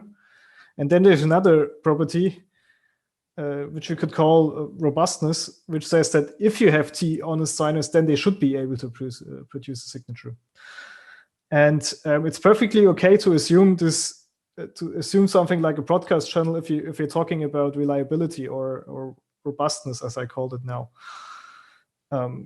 Because if those T signers, they are all honest, but they still need some way to talk to each other. And if they can talk, if they don't have a reliable network where they can talk to each other, then it's kind of clear that they can't produce a signature. If the attacker just blocks all messages, for example, they can't make progress. But that's not a surprise, right? So it's and because we think in layers, and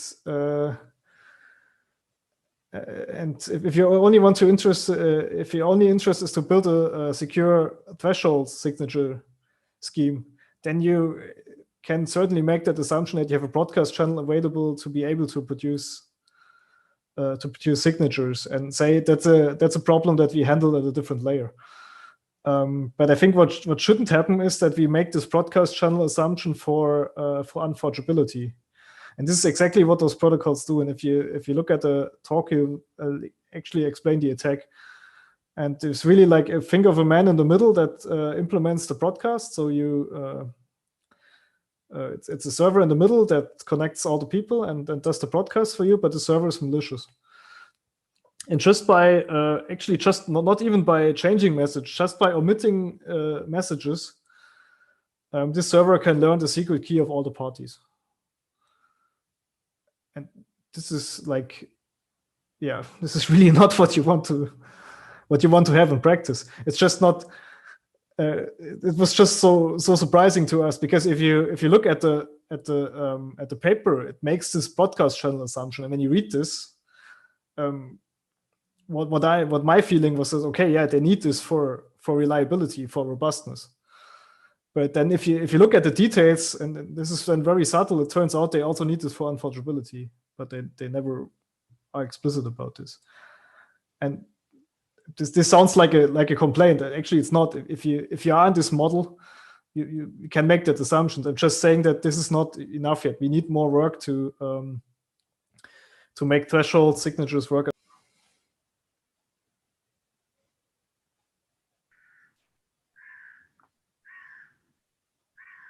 Cool. Is that all your slides, Tim? Yep. Oh, cool. That's it. There's the slogan. Okay, so I'm gonna stop sharing now. So that should be okay. For anybody on the call, feel free to ask a question. I'm gonna go to the YouTube and invite. There's a couple of people on the YouTube who are going to invite to the Zoom call if they want to come on and ask questions. I think Renee and Roger on there. But anybody on the call, if you have questions, shoot. Let me go to the YouTube. Let's see anything. I see. No. Okay. If no one's going to ask any questions on the call, I'll ask a couple. Sure. Okay. So we tried to set this. We tried to set the setting yesterday of like what a signature scheme requires, and we then talked about like what a signature scheme in a system like Bitcoin needs to have. Like it's like piling on requirements all the time. And with a multi-sig scheme, you're piling even more requirements on top of what you need in Bitcoin, right? And there's just such a long list of requirements. And you didn't talk about accountability at all. Where does Musig's, on the attacks that on the schemes that you either talked about today or some of the competing multi-sig schemes, there's various levels of accountability, right? And perhaps you can explain what accountability is and which ones are good for accountability. Okay. I think that first we need to clarify what this actually is, because I'm actually not sure if I'm referring to if you're referring to what I have in mind. So I think when I hear accountability in terms of multi-signatures, it actually applies to threshold signatures. Let's say we have a simple example. We have a 2 out of 3 threshold signature, and yeah, we're giving this signature. We know it's a 2 out of 3, and we know the 3 parties involved, right? But we can't pinpoint who are the 2 guys who actually participated in signing this message.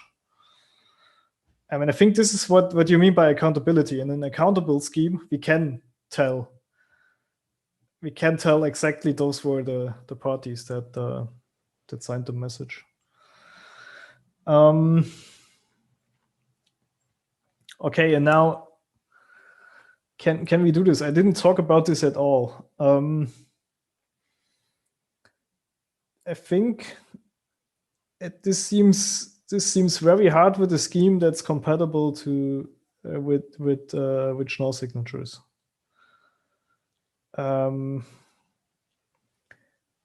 I think at the moment I can't say much more than this.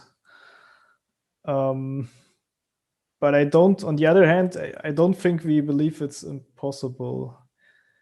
Problem is, I thought about this, but it's a while ago, and I'm not sure if I recall. There's also the deny. Oh, sorry. Have you ever heard of a scheme called polysig? No. Okay, I'll explain you. Okay. It's a Schnorr multisignature scheme that, in short, the signature size grows with the number of missing participants, and it's accountable.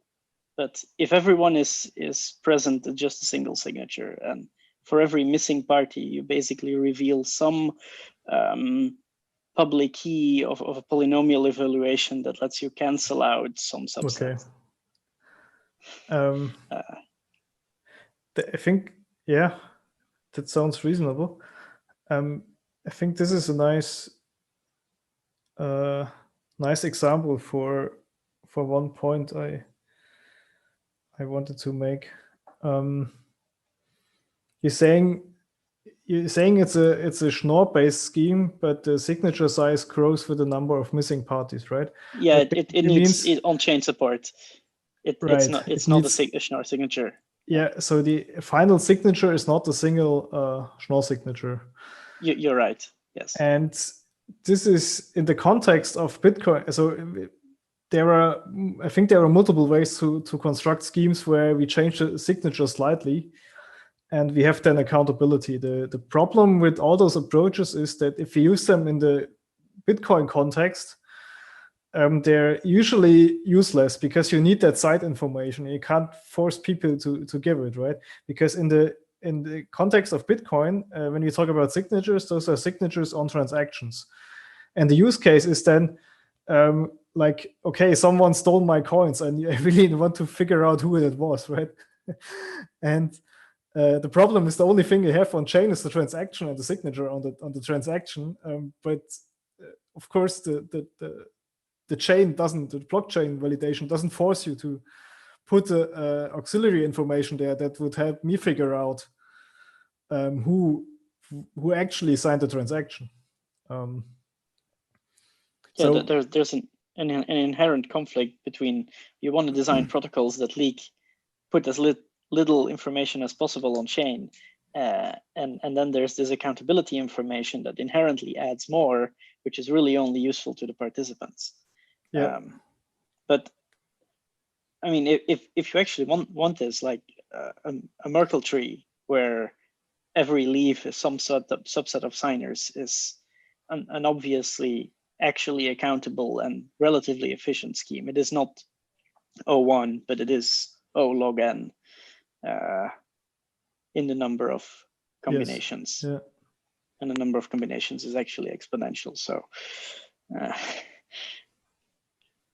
I guess there are better tricks one can play, but as you say, it's like it looks like this needs chain support. Now that I think about it, I think I said some minutes ago, I said we don't know if it's impossible. Now that's if I recall now, like because without chain support, so assuming we have Schnorr signatures without additional modifications, it seems pretty impossible. It's actually, somebody should look into that and try to prove that it's impossible, and at least have a motivation to work on other things, or maybe try to prove that it's impossible and not succeed. Even better. But it's kind of looks like you can't force people to. So there are two things. It looks like you need some auxiliary information in addition to the ordinary Schnorr signature, and that's why it seems incompatible with pure Schnorr signatures, because as long as you have nothing but Schnorr signatures, you can't force people to give you that auxiliary information. But of course, there is also deniability. Otherwise, yeah. There's also a deniability property with some of these schemes. I'm not sure which. In which case, you can prove that you weren't the one who was malicious, right? But if you have that, and everyone can prove that they're not malicious, then you surely come down. You can narrow it down to who is the malicious party. Yes. Right? That's a very good comment. I forgot about this. Yeah. I'm not aware of those schemes, but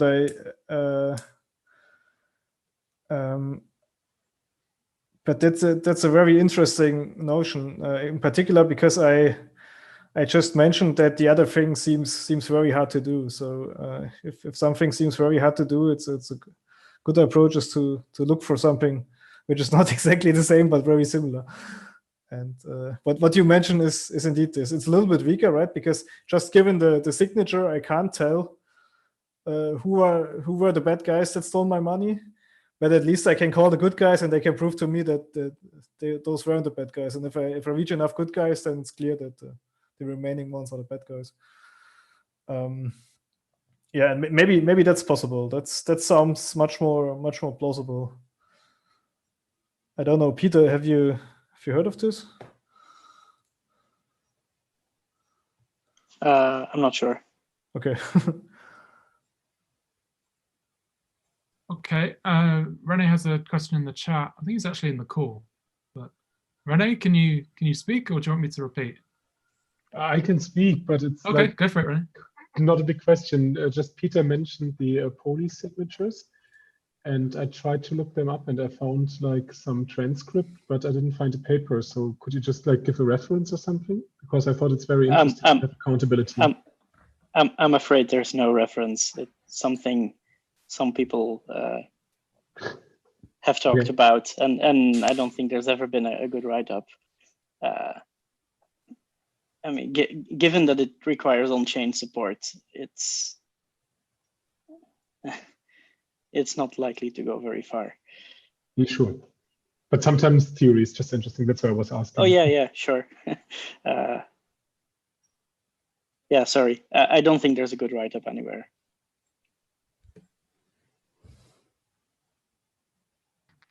Okay.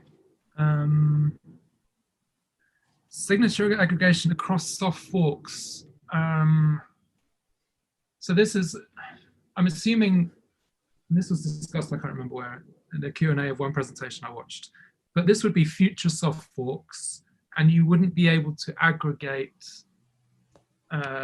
like SegWit version outputs across soft forks. Is that right?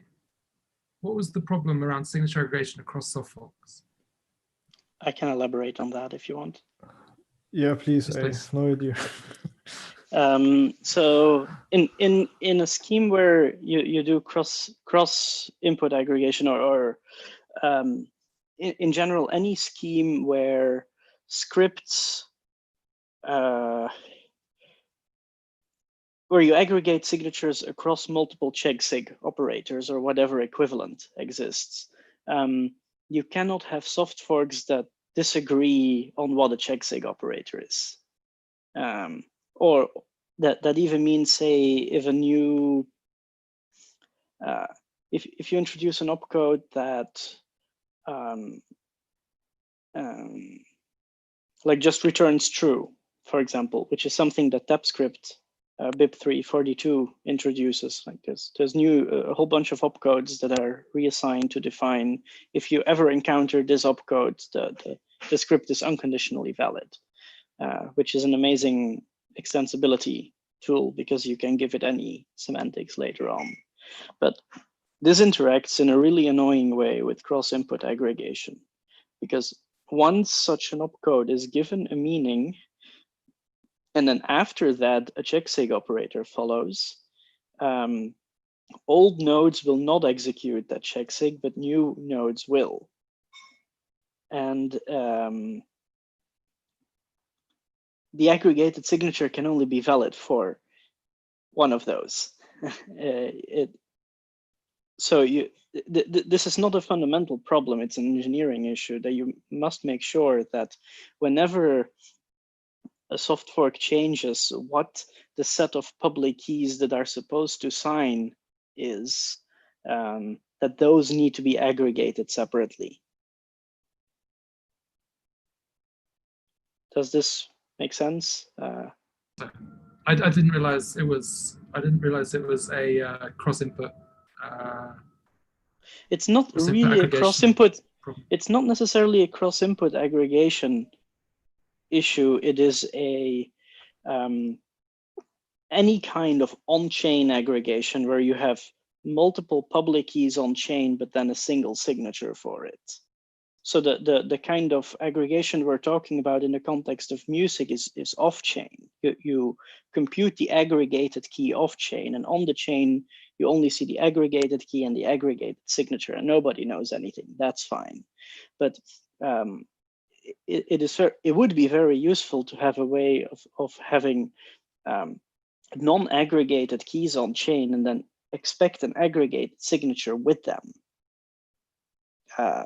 because it means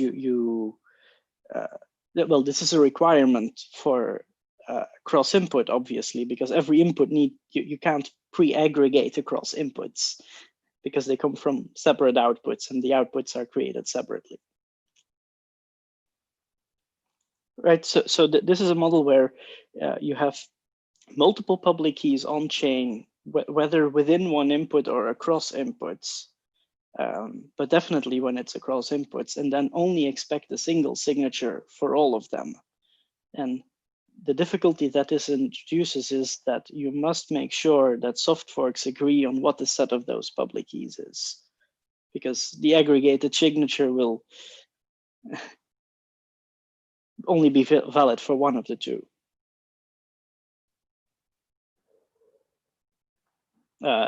This is part of the reason why we didn't push for cross-input aggregation together with a Taproot proposal, just because it's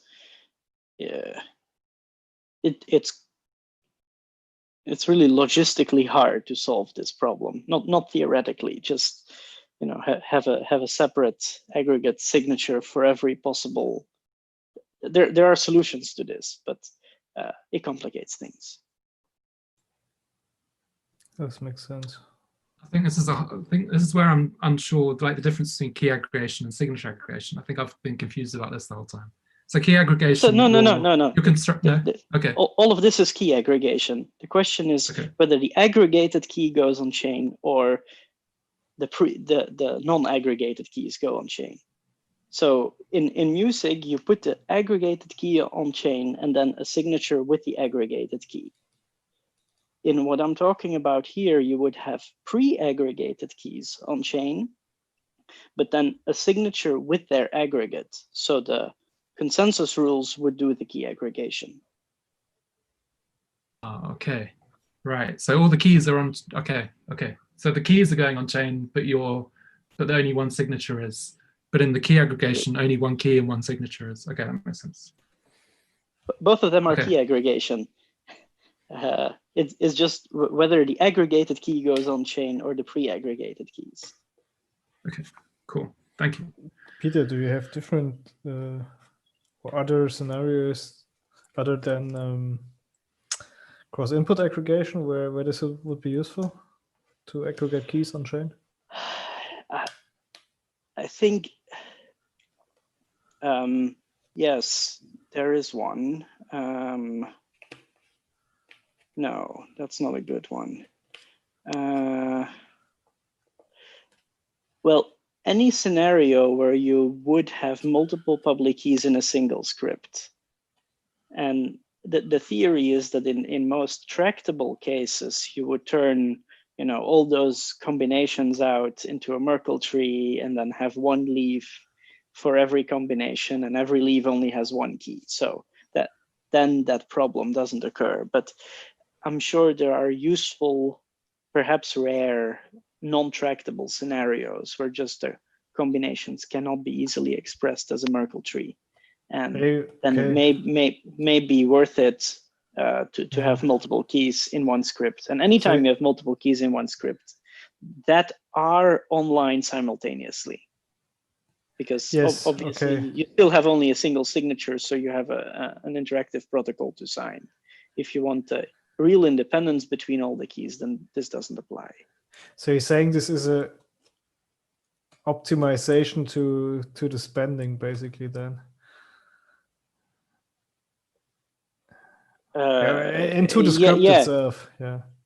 Right. If you'd have a way of saying, well, you're allowed, if you can't pre-aggregate the keys, just put all the keys on the script, but you don't require a separate signature for each. You can still aggregate the signatures together. Yeah, or you could have like accountable music on chain, right? With all the public keys on chain. Yes. And say, okay, the script simply says take. Assuming we have something like threshold music, the script says pick any 7 of those 10 keys, but then give me only a single absolutely combined signature for it. probably with larger numbers, because 7 out of 10 you can just turn into a Merkle tree. Right. And with the risk of confusing Michael further, you don't actually need a key aggregation scheme for this, and you could just use a signature aggregation scheme like Belair and Niven. Yep. But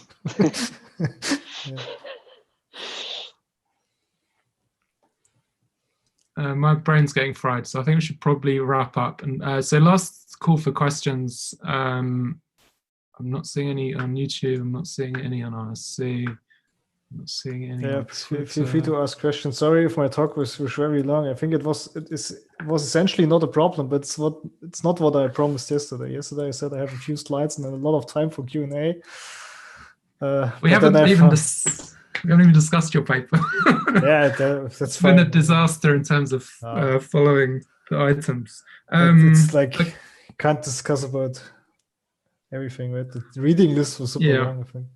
Yeah, too long perhaps. Okay, I'm not seeing any questions. So last question from me then. So we discussed, you talked about some multisig and threshold schemes today. There are additional ones we briefly touched upon yesterday. Do you and then there's the possibility of having one particular multisig scheme nested within a different multisig scheme. So I mean, it's getting very, very complicated now. Do you see the way this is like used and deployed in the real world? Do you think there'll just be like 1 or 2 schemes that everyone uses, or do you see like the trade-offs being so large between the different schemes that people decide to choose use whatever flavor of different schemes that works for their use case? That's a good question. So I could have, I think one answer to this is I could have had another last slide, additional slide that basically says, okay, now this is super future work. The one scheme fits all approach, like the way you have everything combined, like threshold, nested. Like think of nested thresholds, right? So far I talked about nested multi, but not nested threshold. Can think about nested threshold. You have this within Taproot and all the stuff. And of course, this would be our like one goal of this research is to it's more like not build different schemes, but we also want to unify them into a single one. That first of all, because it's easier specification wise, right? It's like you don't only have one specification, and you don't put the burden of choosing the scheme to the implementer. And also you need only one implementation. You also need only one security proof and so on. But of course, it's a little bit harder. So my gist here is that if this simple two-round scheme works out, then we really have this hope that it makes threshold easier, and then we could have. I can imagine there's something like threshold nested, but that's kind of far away. It's a lot of work to get all this right. In particular, if you really care about proving the security of these things, because it's functionality-wise, it's always easy to compose. Or it's not always easy, but because of linearity, it's easy to compose things on the functional side. But it's pretty hard to compose things on the security proof side. So we risk up with getting a huge thing in the end that no one can overview anymore.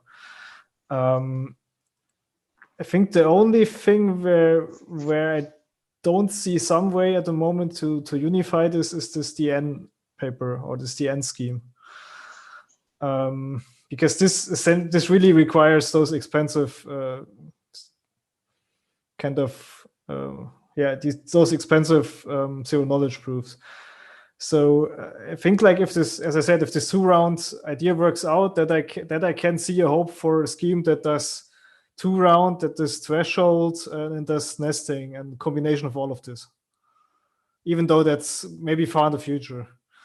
What I can't see right now is how to put the deterministic nonce thing really together with this. So this would be another interesting thing. Yeah, Peter. Yeah, so I think if the 2-round thing works out, because I believe it also avoids the insecure shortcuts problem with pre-computed nonces. Oh yes, I So- should. I didn't mention this. Oh, yeah. maybe you didn't. I wasn't paying Yeah, I should attention have. the whole time. Maybe you didn't mention this, but Yeah. that's a pretty nice advantage of the 2-round scheme too. That you could pre-compute your nonces and still be secure. And I think that perhaps reduces some of the need for the DN. No, I guess it doesn't. It's a very different use case. Another thing I want to get at, I think there is a big difference in acceptable use cases between things that require interactive setup and non-interactive setup. And anything with thresholds inherently needs an interactive setup, unless you mean like Merkle tree based thresholds. But ignoring those, like all efficient threshold schemes require an interactive setup. And so perhaps it's worth having a unified scheme of all non-interactive things, because it plays well with descriptors and deterministically derived keys and not needing backups and all these things. And I guess if the 2-round thing plus nesting works, that's pretty close already, I think. Right. So these are two really, really good points, I think. That should be stressed. So let me repeat this. What I didn't mention about this 2-round idea is that if this works out, then that gives us another optimization. It's not only 2-round, but you can perform the first round, so sharing the nonces basically, without knowing the message. If you remember, I showed this attack where this is not possible, right? You can do the hash up front, but you can't do the second round or the nonce round up front, because this would become insecure if you don't know the message yet. And if the 2-round idea works out, we could also we remove the first round, and then the round that's now the first round, we could even pre-do this, which in the end means that we can share nonces at any time, at any point in time, and as soon as you have a message to sign, it's just one additional round. And one round is what people call non-interactive in a sense, because think of like, I don't know. It's as non-interactive as check multisig is now. Everybody produces their signature and you put them together. Yes, right. So there's just, say there's a single leader and you all everybody computes partial signatures and sends it to the single leader, and the single leader just combines it into a final signature, sends it to the blockchain. And this is another nice advantage. Actually, weird that I forgot to put it on the slides in particular, because Michael pointed out when I said, okay, this third round is kind of annoying, you said it's not that bad, right? Because we have 2 rounds anyway, it's not that bad to add a third one. But with this 2-round idea, we could actually go to 1 round with pre-computation, and this is it's a pretty nice thing if it works out. And the second point that Peter made, yes, I didn't really mention this because I didn't go deep into threshold signatures, but all those, at least as Peter said, reasonable or efficient thresholds schemes require a special key setup based on Shamir secret sharing. Whereas in the multi-signature case, we can just take any existing public keys and aggregate them together and have a multi-signature session without any special setup. But we can't do this in threshold 6. Okay, cool. Rennie has a quick question before we finish. Do you want to go on, Rennie? Yeah. So I mentioned in the chat, it's a little bit off topic and unrelated, but since we talked about key aggregation, or you talked about key aggregation, I want to ask this question. So in Lightning Network, we have this problem that HTLCs use up a lot of space. And the question is, if we have PTLCs, whether it might be possible to actually combine several PTLC outputs to one large output. And of course, I mean, the time locks are an issue here, but let's just assume we have like same length time locks for all of those, just to simplify this a little bit. We still have the problem that if we hit on chain, we might have the secrets for some of them, but we don't have them for others. So do you see any way of, like, other than Merkle trees to resolve this, or and as I said, it's a little bit off topic and maybe like not the right forum right now, but I had the feeling since we were talking about. I'm just maybe let me ask if I understand this, because I'm not sure what you mean by combine them on chain. So like aggregating them to one output. And you mean different channels from entirely different parties, or? No. Let's assume we have a channel. Okay. And on regular operation, it could happen that I'm currently having 50 HTLCs with you in flight, right? That come from different routing requests. Okay. So now assume they are all PTLCs, right? The standard assumption is it would still be 50 outputs. And if the commitment transactions hits the chain, it uses a lot of space. So the question is if there is a chance that we can actually combine these HTLCs in our channel to a smaller script. Yeah. And I understand the time lock is certainly one issue here, right? But let's assume we can maybe like say there is a safety window of time locks so that we can combine all of them that have like 100 blocks time lock and all of them that have 200. Yeah, and even if we want to write down the time locks explicitly, it's still of n number of time locks, but maybe you can still save space, right? It's so I have no idea. Okay, no, fine. Yeah, I mean, as I said, it's a little bit off topic. It's a very interesting problem, but I need to look at it to have an answer. Or Peter, I will ping you a message. Yeah, I don't know what PTLCs are. Right. Okay. I'm assuming that was a joke. I should. It's not a joke. I've never heard of PTLCs.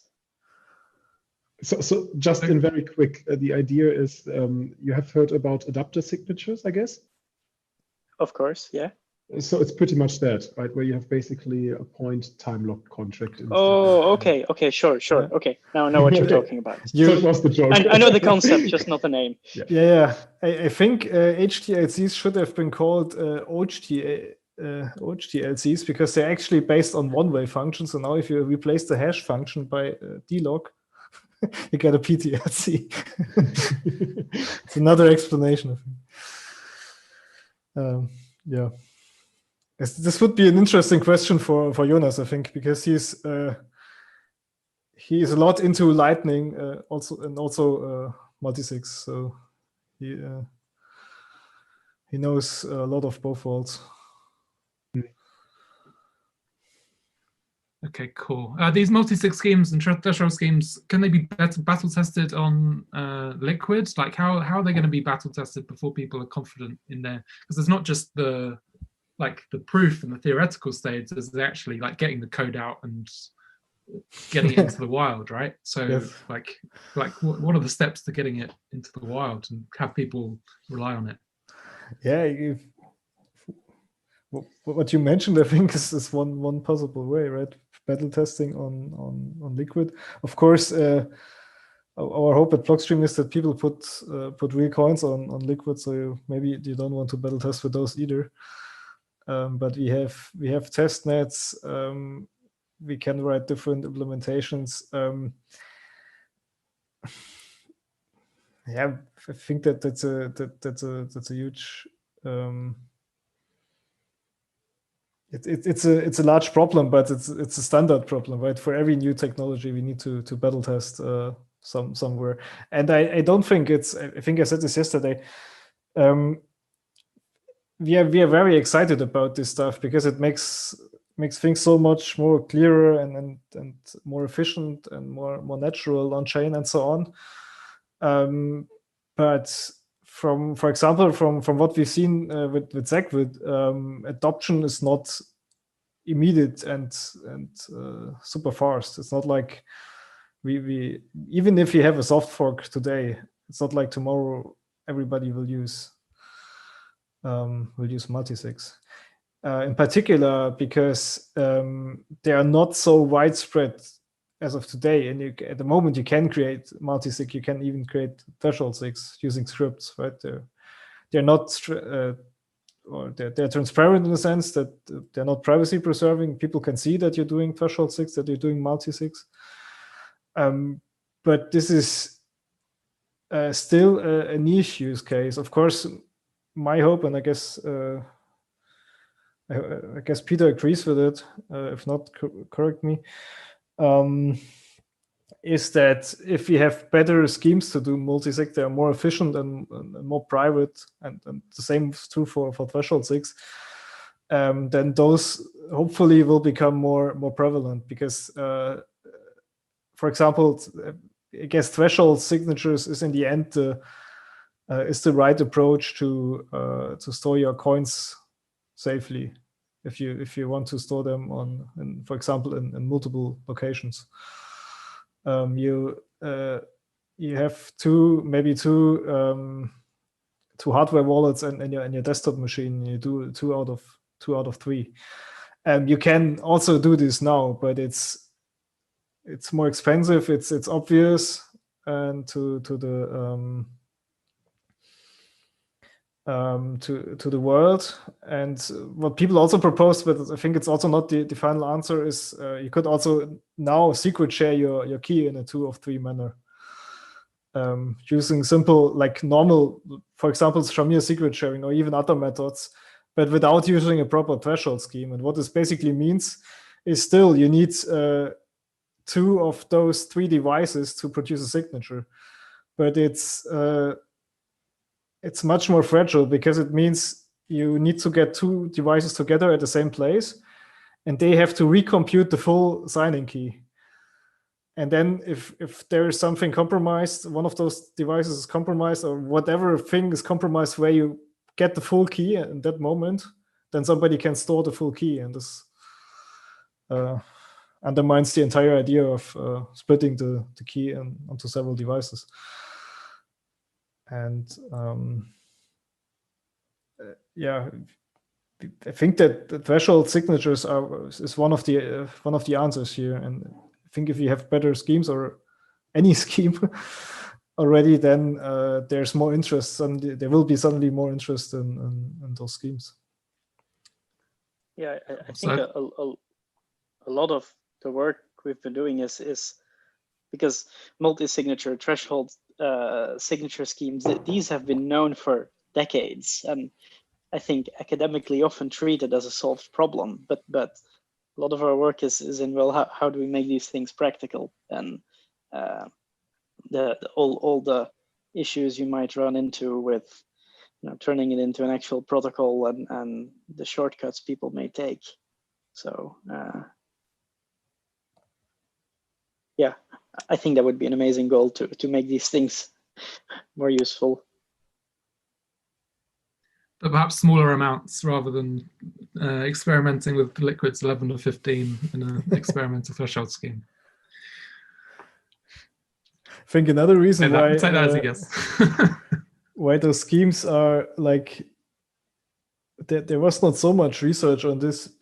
I think also because there were no practical use cases. Now we would have them, and from a theory point of view, those were not interesting, I think, to researchers. I think most of the cryptography that's around there can, like if it's based on discrete logarithm, there's probably always some way to turn it into a threshold scheme. You can have threshold signatures, you can have threshold encryption. Yeah, and I guess there are some other primitives you can build the threshold schemes for. But usually, if you ask theory researchers, those are not the interesting problems. But they want to. It's like a small additive contribution then to take an existing thing and make a threshold version out of it. It's not creating a new thing. It's just adding a small amount on top of it. And I think this is another reason why academia hasn't really looked into those things. Cool. I know I've said we'll wrap up so many times, but we'll actually wrap up now. So thank you very much, Tim. That was great. Thanks, Peter and Rene, for joining later on. The video will be up. We'll get transcripts up. Thank you again, Tim. That was great. Thank you. Bye. Bye, everyone. Bye. Bye. Oh, that didn't work.